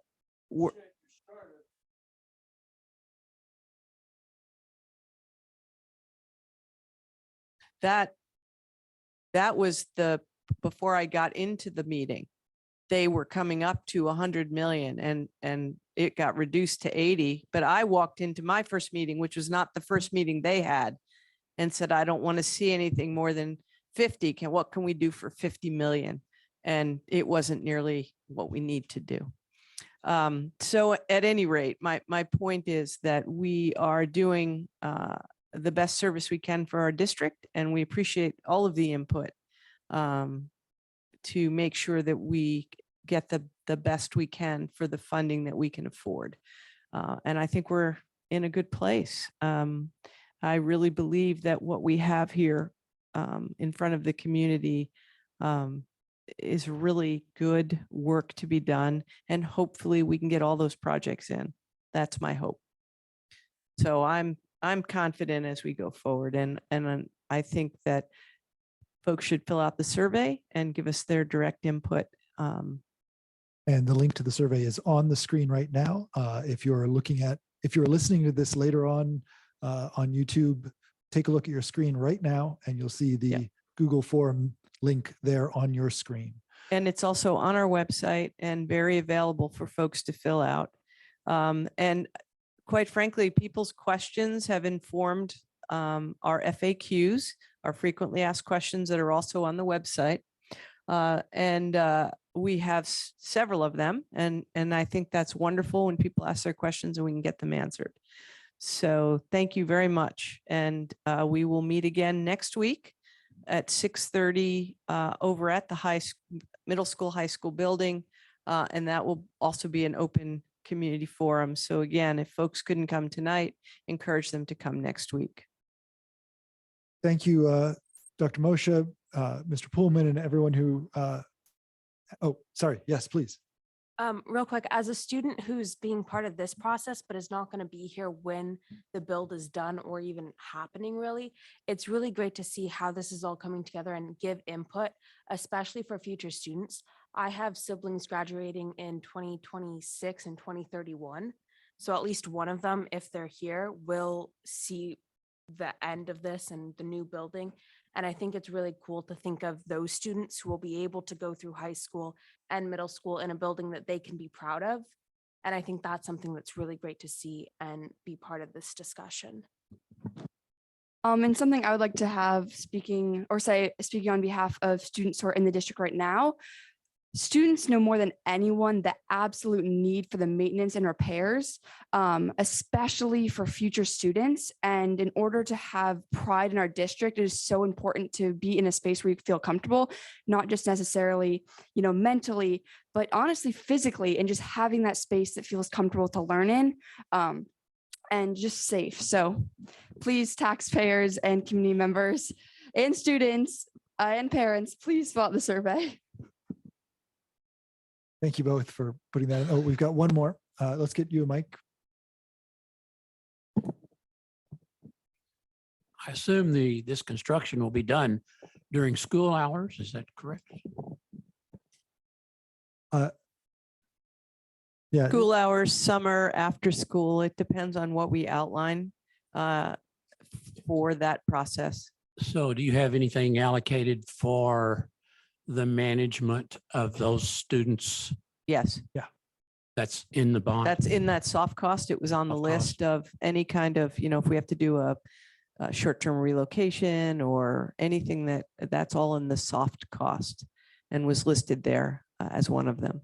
And I was a student at South Whitby High School when the last renovations were going on there, as was Marnie. And it was annoying to hear the construction sounds, but it was also really cool to see it take shape as it was happening.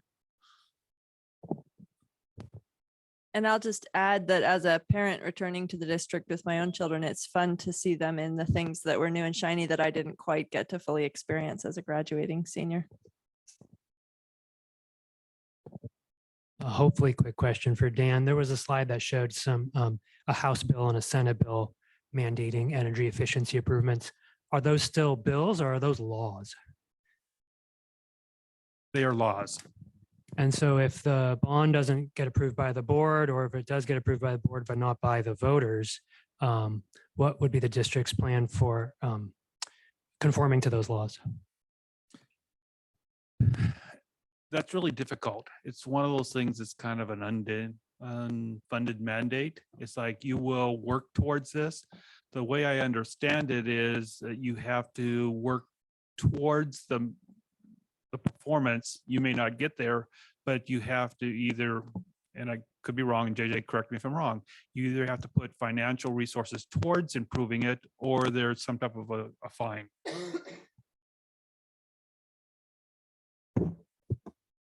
$1 per square foot, you said? Yeah.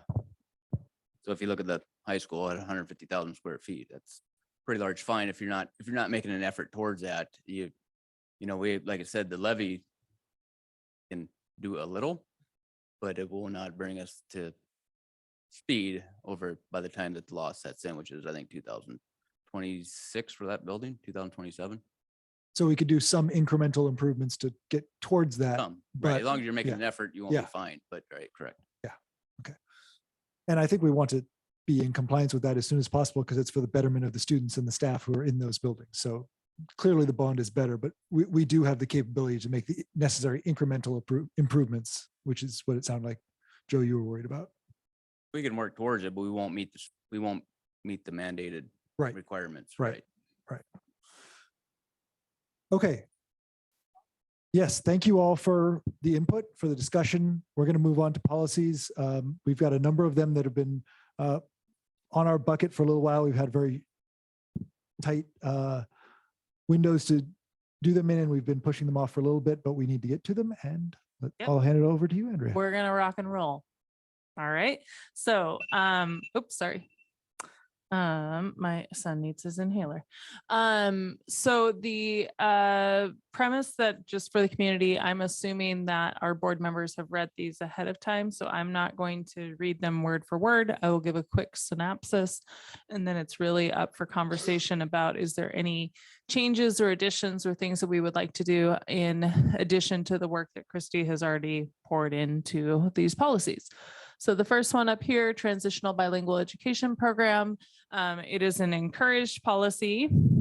And really what we are removing is that we have to communicate with families in a language that they can understand rather than whenever feasible. So board members, any conversation, questions about any of that?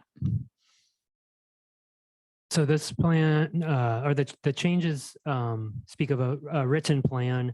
Is there already such a plan? And if not, who would it fall to prepare? Provide it. There provide is a it? written plan, and it actually is submitted as part of a grant process that we do every year, because there are a few dollars and it's really minimal, but a few grant dollars that follow this program, and Jeff has been the person in charge of that program. The idea that you will approve it annually, we may want to reword that and indicate that the board delegates that to the superintendent, because you don't actually approve it, right, Jeff? They don't actually bring it to the agenda each year, but it gets put in for the grant, and it's a pretty simple plan that we will meet the legal requirements outlined. That sounds like a reasonable change to me. I did have one just note in section A, there's a line that says parents/family members, which should probably be parents/guardians in accordance with the rest of our edits. Anything else? All right, let's go on to 2140, Christy. Okay, so 2140 is the resolution comprehensive school counseling plan. This is one that we went through pretty extensively last spring, and you will notice we are removing all of the language we approved last spring. So if Christy continues to scroll down, down, down, down, down, down, down, down, down, down, down, this is what we're actually looking at the language of adding. So we will add in the goal of South Whidbey Board of Directors that the district's comprehensive school counseling will assist students. And essentially we are going back, Joe, correct me if I'm wrong, we're going back to just the job outline of what a school counselor position is. Again, this was a change in the law. So this policy brings us into compliance with what the change in the law is, which essentially says that we have to ensure that our counseling staff, if we employ 1.0 counselor, one full-time counselor, 80% of their time has to go to counseling. If we only employed a half-time person, it would be 80% of that half-time person. So I have been meeting monthly with all of the counselors, psychologists, district support staff in those roles to develop this plan, in addition to having all the principals in those meetings. So that plan is in process. It's a requirement. And this policy basically outlines what we're saying and what the law says that we must do. In other words, it did also go through counseling staff and they gave their input. And basically it just takes all of those bullet points out of the board's hands because we're not experts, and puts them into the hands of the experts, right? You could put it that way. Yes. Sure. All right. 2145. Okay, so for this one, this has to do with suicide prevention. We have some language changes from risk assessment to safety screening. And essentially it's saying we will versus we could. And just some language changes. The highlighted portions that Christy really wanted us to note is that it would contain procedures for communication with parents and guardians in accordance with the RCW. And then also, because this has come up lately, just the procedure needs to describe how staff need to respond if that information is disclosed. I had two questions on this one, or two things to bring up. On the first bullet point with the list, should it say or instead of and? Because we're not looking for people who exhibit indicators of all of those. It's any of those, correct? Where are you seeing emotional or behavioral stress, you mean? Those who exhibit indicators of suicidal ideation, substance use, sexual abuse and violence is what it currently says. Shouldn't it be or violence? No, because you could have multiple and it would just be an indicator of any of those. Okay, I just wanted to make sure we weren't saying they need to have indicators of all of them. No. Okay. No, it would just be indicators of these buckets. Okay. And then in the 5th bullet point, it says there's a parents and guardians again that I think, yeah, that was caught. So it says parents and guardians. So if the guardian is someone who is not the parent, does this require us to notify the parent also? Depends on the situation. Okay. And depends on so you can have parents who don't have parental rights who are still involved within their student's life, but the communication would go in that instance to the guardian unless the guardian has signed off and said, yes, the parent can have this information. I just wanted to make sure that and wasn't requiring us to send it to both in the case that you mentioned where the parent does not have parental rights. No. Okay. I've kind of a process meta question on this. The existing policy as written, while called suicide prevention, contains some wording about sexual abuse, sexual violence. The new wording kind of doubles down on the latter. And it seems like this one policy kind of covers two related but separate scourges upon children. And I want to make sure that the policy and it is focused on what's written on the tin, which says suicide prevention. And so yeah, you'll find the two are going hand in hand because sexual violence can be an indicator and a trigger for suicidal ideation. And so they will a lot of times be hand in hand. So we do have specific sexual misconduct policies. We do have specific sexual harassment. All of that would fall under Title IX. And so anytime that any of that is disclosed, it goes through a Title IX investigation that has its own process within that. But this would just be recognizing that a student is more at risk if they have experienced that particular type of violence for suicide. Thank you.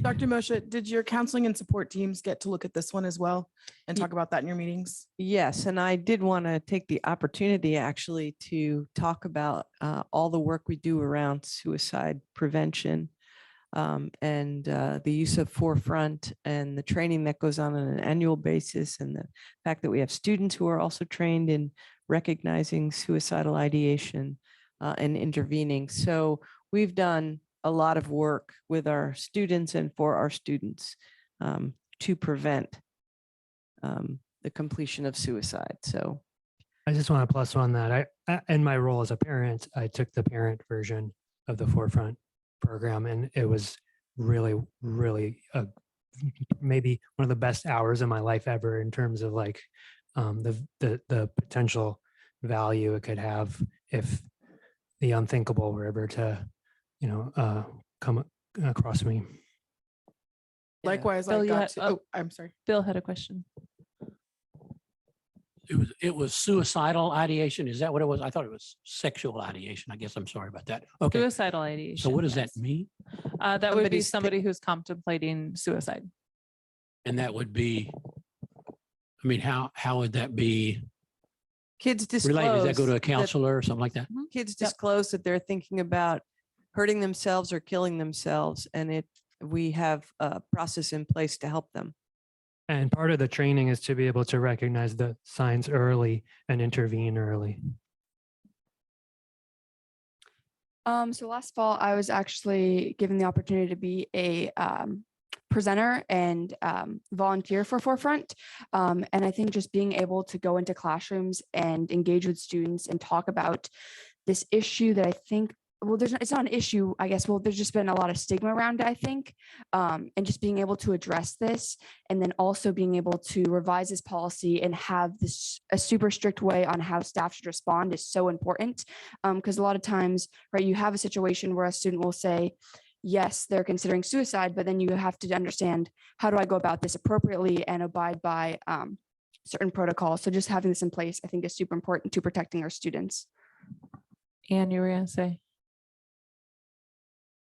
I was just going to mirror some of Joe's conversations. I was having a conversation with a student who's fairly new to the school, who got to do the training. And it really made him feel, not only empowered at school to know who the right people would be and the right processes to chat about something that can weigh really heavily on a kid if they're kind of the sole witness to some of those issues. But also they're a young person I know well, and they have some extended family too, who has some struggles with being in this dimension, and it would really empower them to process that in a different way too and seek supports for that. So it's amazing training and so wonderful that we can appear from our 30,000 foot space, really help empower kids and empower staff to keep kids held and safe in a trusted space. And again, on our website, there is a page around Forefront, and you can learn more information about the specifics. All right. 2140. Or we did that one? Oops, sorry. 3116. Oh. Oh, I think that's what I pulled up next on my deal. Okay. Any comments or additions regarding the resolution? It's a lot of RCW, so you don't get a whole lot of negotiation. Yeah, it's another opportunity for us to provide support to students. There's still not a lot of funding around what we're being asked to do. There's a lot of talk at the OSPI level about improving counseling and mental health services, but the money coming through would still not get us to the level we're at now, let alone fund additional resources. Just the note that this doesn't note that the board has reviewed the district's long-term written plan and its transition plan down in now, therefore be it resolved. So I want to make sure that we get that on the docket. Correct me if I'm wrong though, but when we file our TBIP I-grant, that goes into the consent agenda, correct? It doesn't?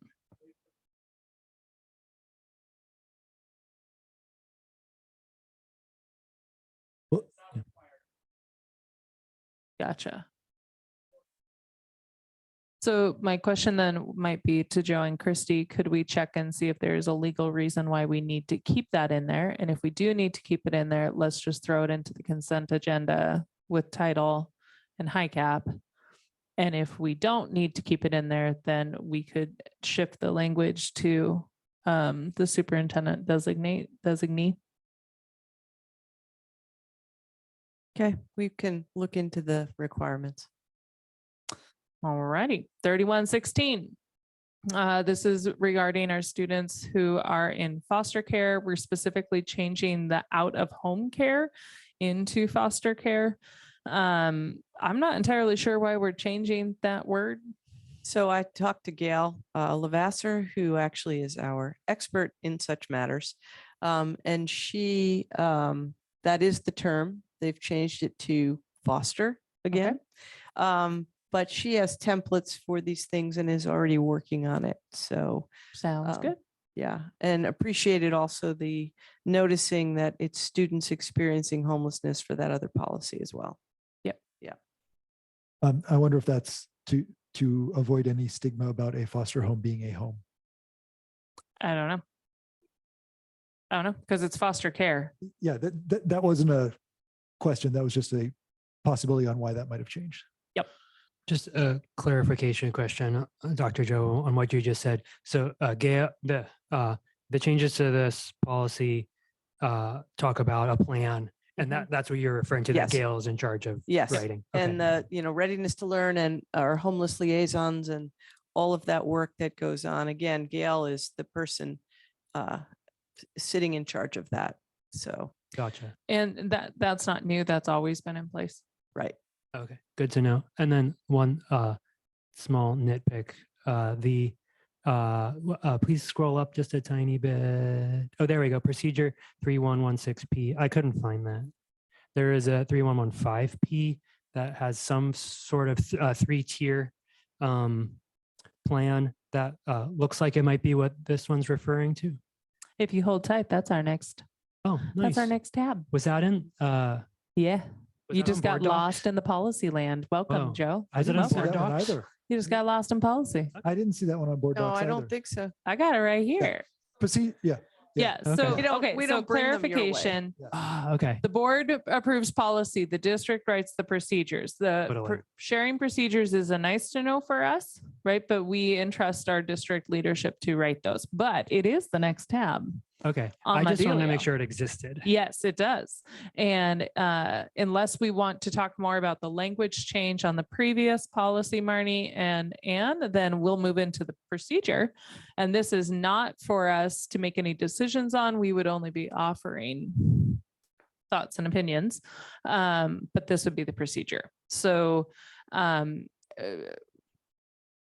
essentially, since people haven't seen it, we cover the cost of providing transportation when students qualify under McKinney-Vento because they return to their school of origin. And so, for example, if you have a student who their school of origin was South Whidbey, but maybe their foster home is in Oak Harbor, Dan and Oak Harbor's transportation department are going to work out how that transportation works and who foots what part of what bill. Whether or not the homeless liaison works out whether or not it's, we want you to stay in South Whidbey because it's a continuity of instruction, which you're entitled to do, or do you want to go to Oak Harbor because it's 10 minutes from your house now? Yep. And then that would be the second bullet, which was the best interest determination, caregiver definition, educational decision maker, what is foster care?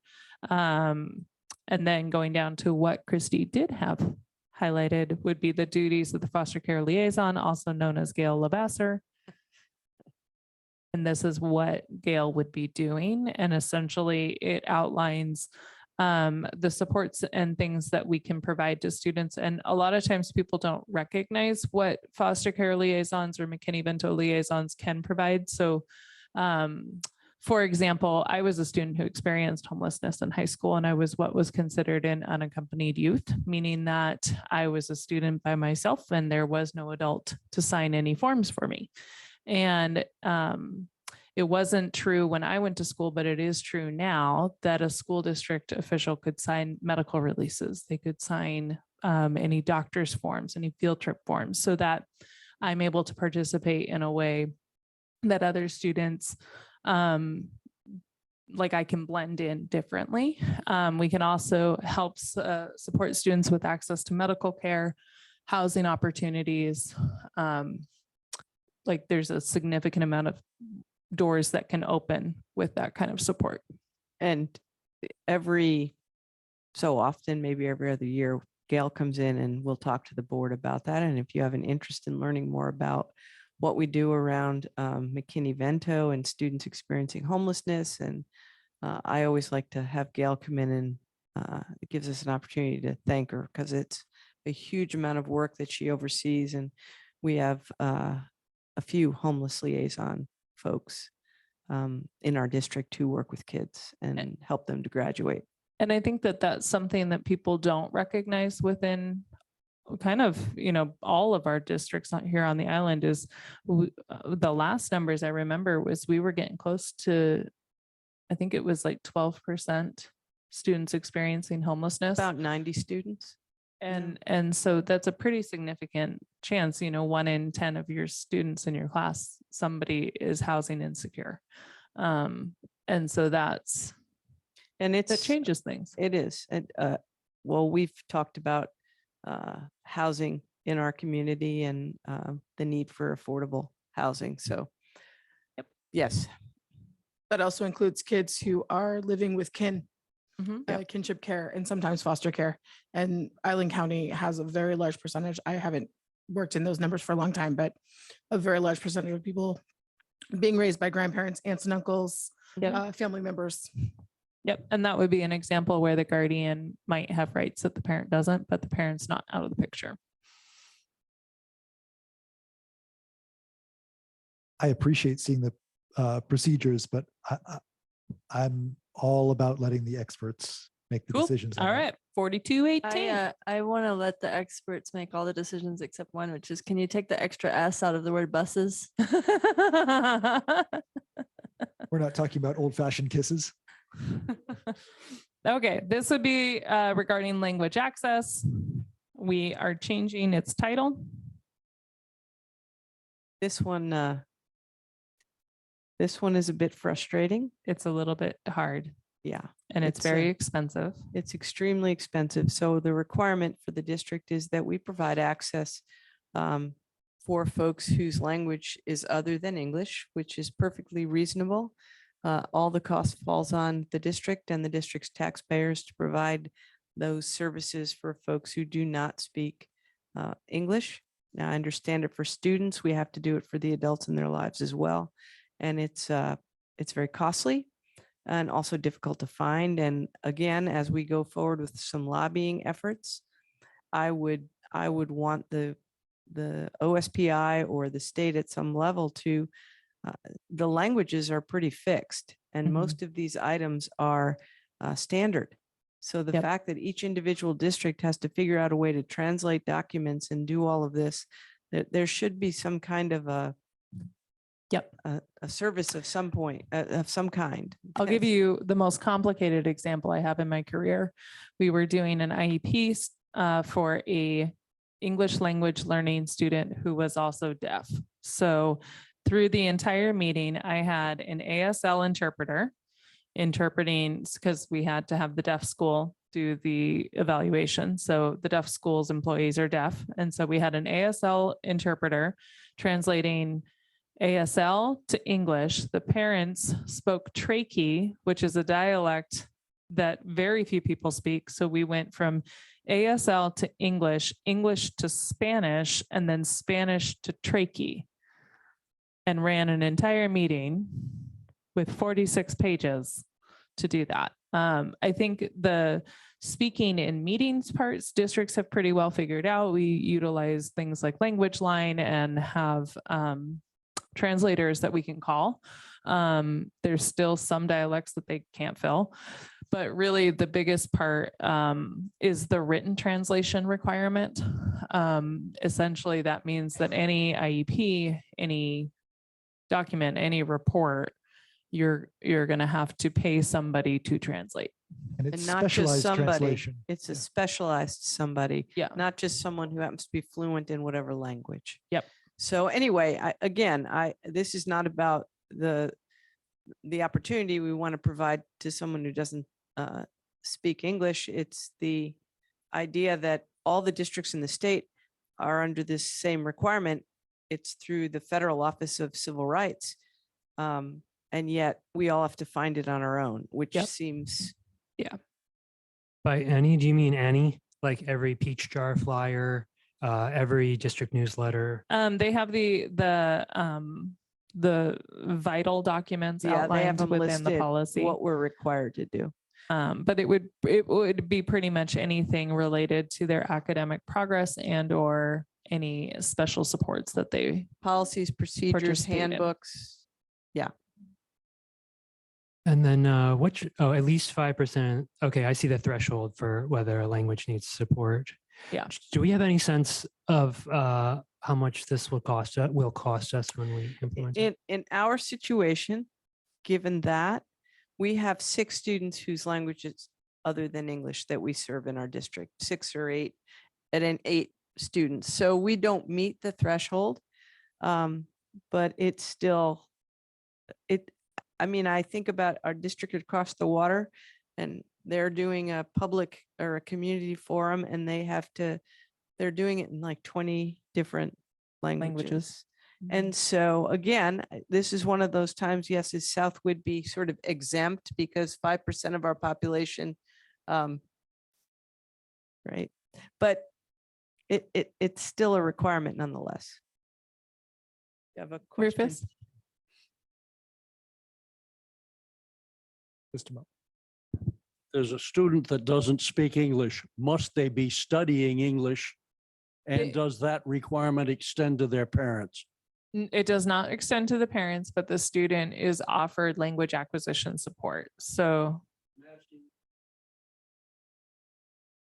They would be, it's Every an student in immersion the district, school. every Yeah. student in the district studies English, including those students whose first language is not English. We are required to support that student in learning how to operate in the district in English. It is not required that the parent is learning English. Yeah, we've always Done that. Yeah, so every spring they'll take a test. It used to be called ELPA. It's now called the WIDA. And they're assessed on oral fluency, listening, reading, and written. So there's 4 different tests that they take, and then they have to score at a level 4 for 2 years consecutive to be exited from the program. Just picky language stuff. There were 5 spots where we should probably get a guardian in there with parent in the first paragraph, the first and last sentence. It says their parents and families. There should probably be a guardian in there somewhere. And then in the last sentence also says population of students and families. I don't know if we need guardians in there but maybe something like that. And then also in the identification of families section, which is a little further down. Yep. It says parents/family members. And then in written translation, there's 1 too. Yeah, oral interpretation and staff section.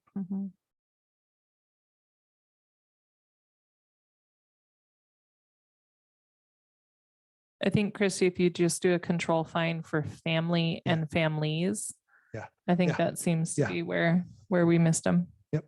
And this policy is slightly different than some of the others that specify that the board will review it annually. This one says periodically.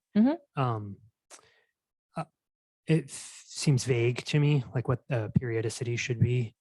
Last time we looked at it was 2016.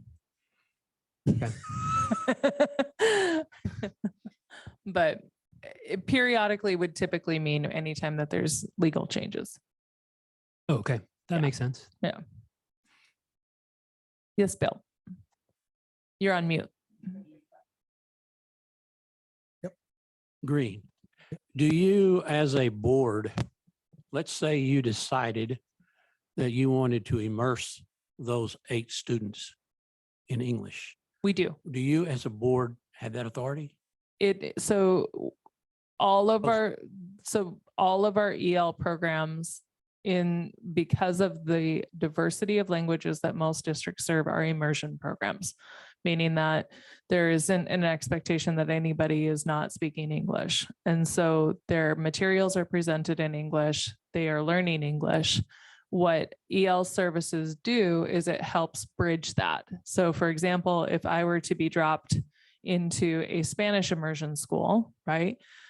I know enough Spanish that I can catch what's being said. But if you were to ask me to write a 5-page essay in Spanish, I would need some help with that. And so that's what the EL services do, is it helps the students be able to meet the expectations of their English curriculum in a way that does not penalize them for having come from a different country with a different language. Because I think that there is often an assumption that because they don't speak it, that they are less intelligent or they need different support or they can't. And that's not true. Some of our students are multilingual. They are the student, for the example I gave, who was also deaf, she was also highly capable. And so there is a huge amount of diversity amongst those students. So if you immerse, how many classes do they take? It would be dependent on what that student needs. And what they would have is a support plan in terms of when are they going to be pulled for support and what does that look like. So for some students, it might be 20 minutes a week. For other students, it might be an hour a day. So it's not an English as second language program? That's what it was formerly known as. And that's what it is now. So they are, correct me if I'm wrong, they are immersed in the normal class, normal classes along with all of their peers. Yep. And then they get additional, they're pulled out for additional support as needed. To help them navigate and manage the curriculum they are participating in. It's not a different curriculum. It's not more. It's just, how do we help you?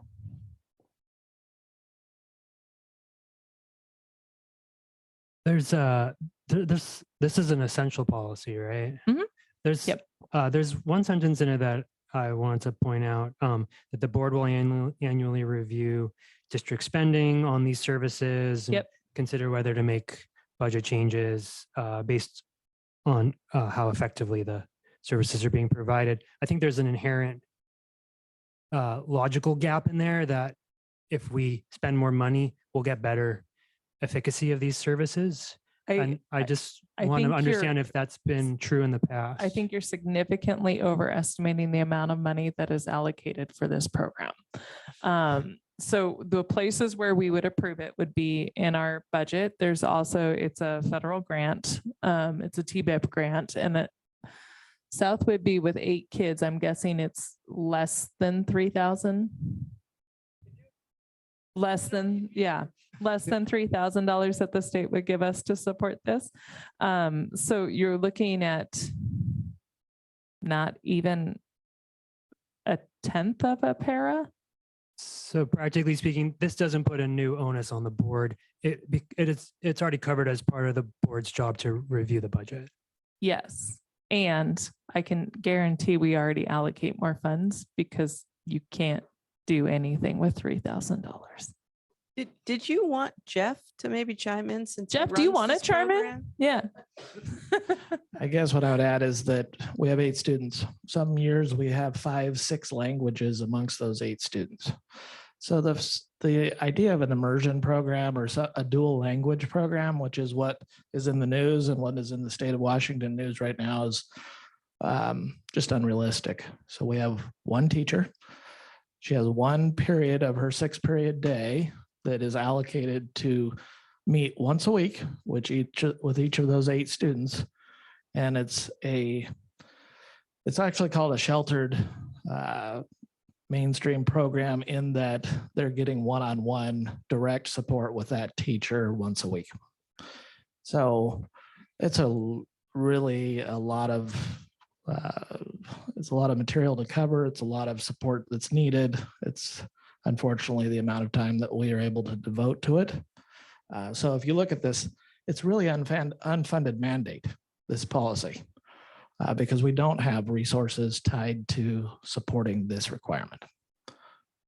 We do the best we can, and we move a lot of them into independence and on out of their initial language requirement. And a lot of them, I was super excited about one senior last year who applied for the stamp test of biliteracy, which is an actual stamp that goes on their diploma when they are able to demonstrate biliteral competencies.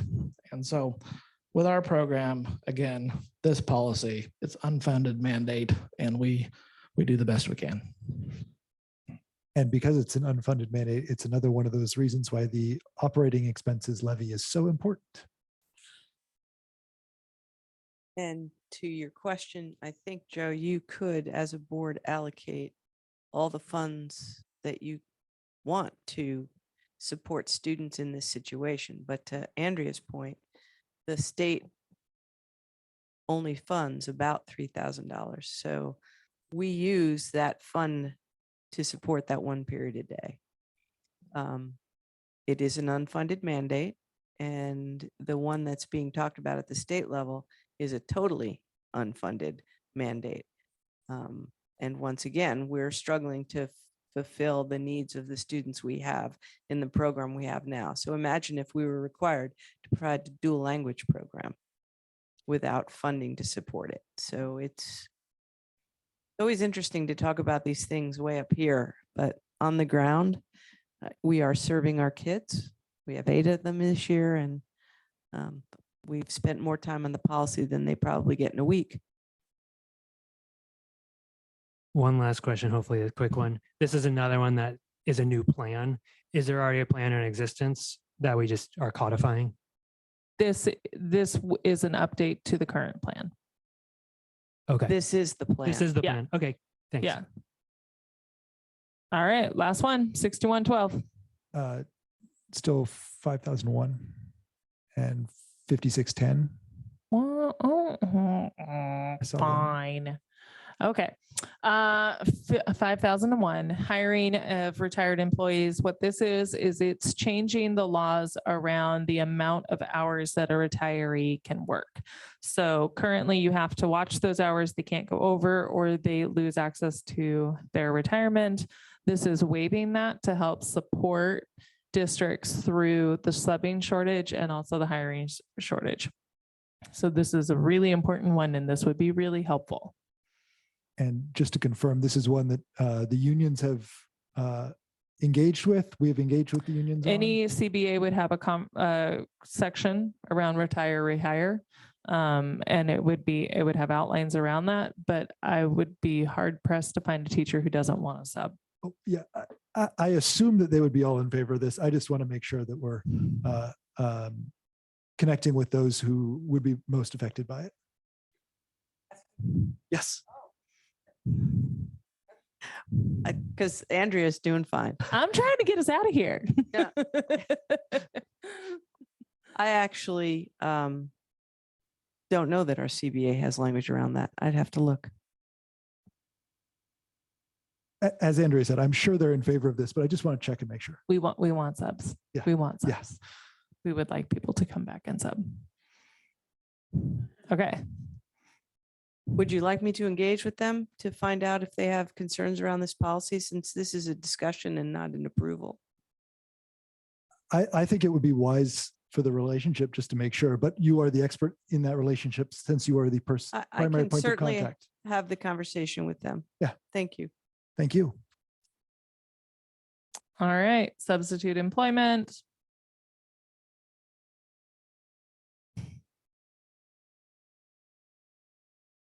Not very many changes. There was one point where OSPI is in lowercase down at the bottom right there. Should it be? It was explicitly changed to lowercase. Just something to check on. And it seemed like this said that non-certificated spouses of district officers could be subs for certificated roles. Mm-hmm. Okay, just confirming that. That's not true in our district. Okay. Because we're a district of under, we went through this, of our size district. I don't think we can by law. Well, what we were looking at was different. What we were looking at was whether officers themselves could be substitutes. This one, I'm trying to remember where that was. It was up at the top, up near the top. It says the board authorizes the employment of a spouse Yeah, of right as there. a substitute teacher when the superintendent deems that there is a shortage of substitute teachers in So- the district. This part that's crossed out, Mhm. It surprises me. Did the law change, Christy?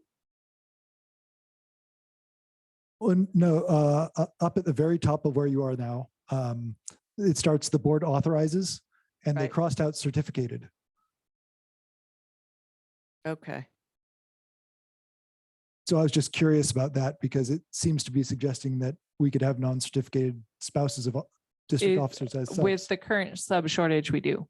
Okay. So, there are so few subs Yeah. that you have people, I believe the threshold right now is an AA degree.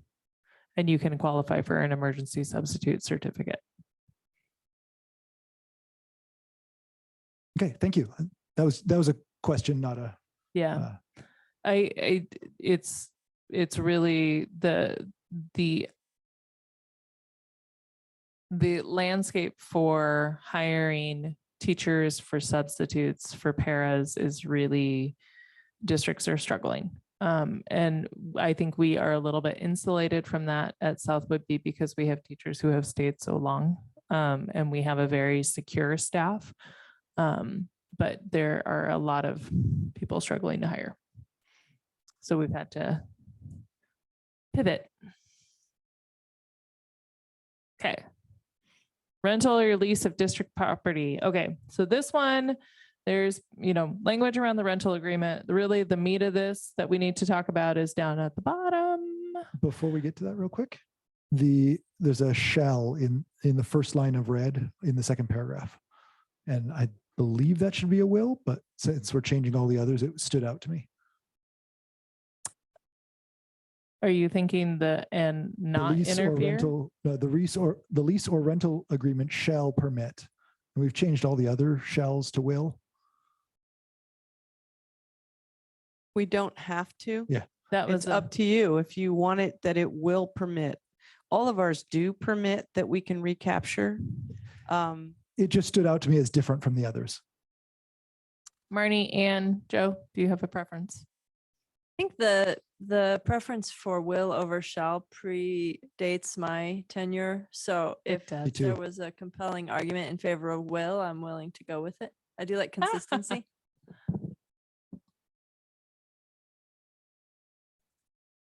I think it's something we can look at, but we're almost at 9:00. There is a part of this that actually has like Yes, substantive. Yes. So if we can scroll to the bottom please. and not worry about shalls and wills. Okay. Okay. This last piece of that would be a conversation for us as a board of whether or not we would want to enter this language into the policy. And so essentially what it would say, and it kind of goes without saying that this would happen on school grounds, but we also have to consider the community center. We have to think about the Bayview building, any other areas that what might happen with the South Campus or North Campus. Is do we want to have language restricting firearms and dangerous weapons on district premises? The immediate thought for me was Tiger Martial Arts at the community center and whether or not they use things that could be considered dangerous weapons in their training. 4210 already has exclusions for martial arts weapons. Excellent. My advice on this is that you include it because we have, for example, Island Dance. They did not want weapons on their grounds, but because we hadn't had this in there, they really went through a tough time. Wicca's school grounds, so if I think it should be in policy. That would be my recommendation, but it's up to the board. Oh, I'm strongly in favor of it in general purposes. I just wanted to make sure that we weren't going to exclude a current renter who has mundane uses for items that could be considered that. Yeah, no, and as Joe said, the exclusions are in a different policy Excellent. as to what a weapon is. And also to note that last line in it does not extend to a property rented or leased as a personal domicile. Right. So if we get into the housing market, then people can still have firearms in their home, which is totally reasonable. Okay, so I'm looking and I see consensus that we would like that language added to the policy. Yes, absolutely. I think that buildings that are still community property or still school district property, taxpayers' property, we're still role models for what the school district stands for. And so I believe that that mission and vision value that we hold here should hold to those properties. Yeah, I really appreciate the clarification around the use of martial arts tools and that is taken care of by the reference document. Thanks. All right. Now we are on to the last one. Okay. School wellness policy, nutrition, health, physical education. We're adding a line. Anybody object to the line? I love that line. Great line. I want the state to give us free school meals again, but that has nothing to do with this. I would like that as well. All right. So then we will accept that line. Okay, we are done with policy. Thank you for running us efficiently through that.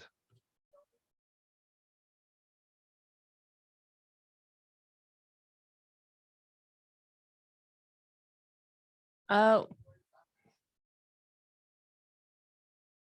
I lied. Christy, we have one more, 3211, which we will review annually. And as I recall, it was just reviewing to make sure that we're still happy with it. Are we still happy with this policy? Question for So happy with this. Dr. Doe. Without getting into details, if the district has had to put this policy into use over the past year since it was last reviewed, is it serving the district well? Actually, yes, thank you. We actually have had to refer to this policy and it was effective. Is effective. Great question. Thank you. All set? Okay, anything else on these agenda items? This meeting is adjourned. Thank you very much.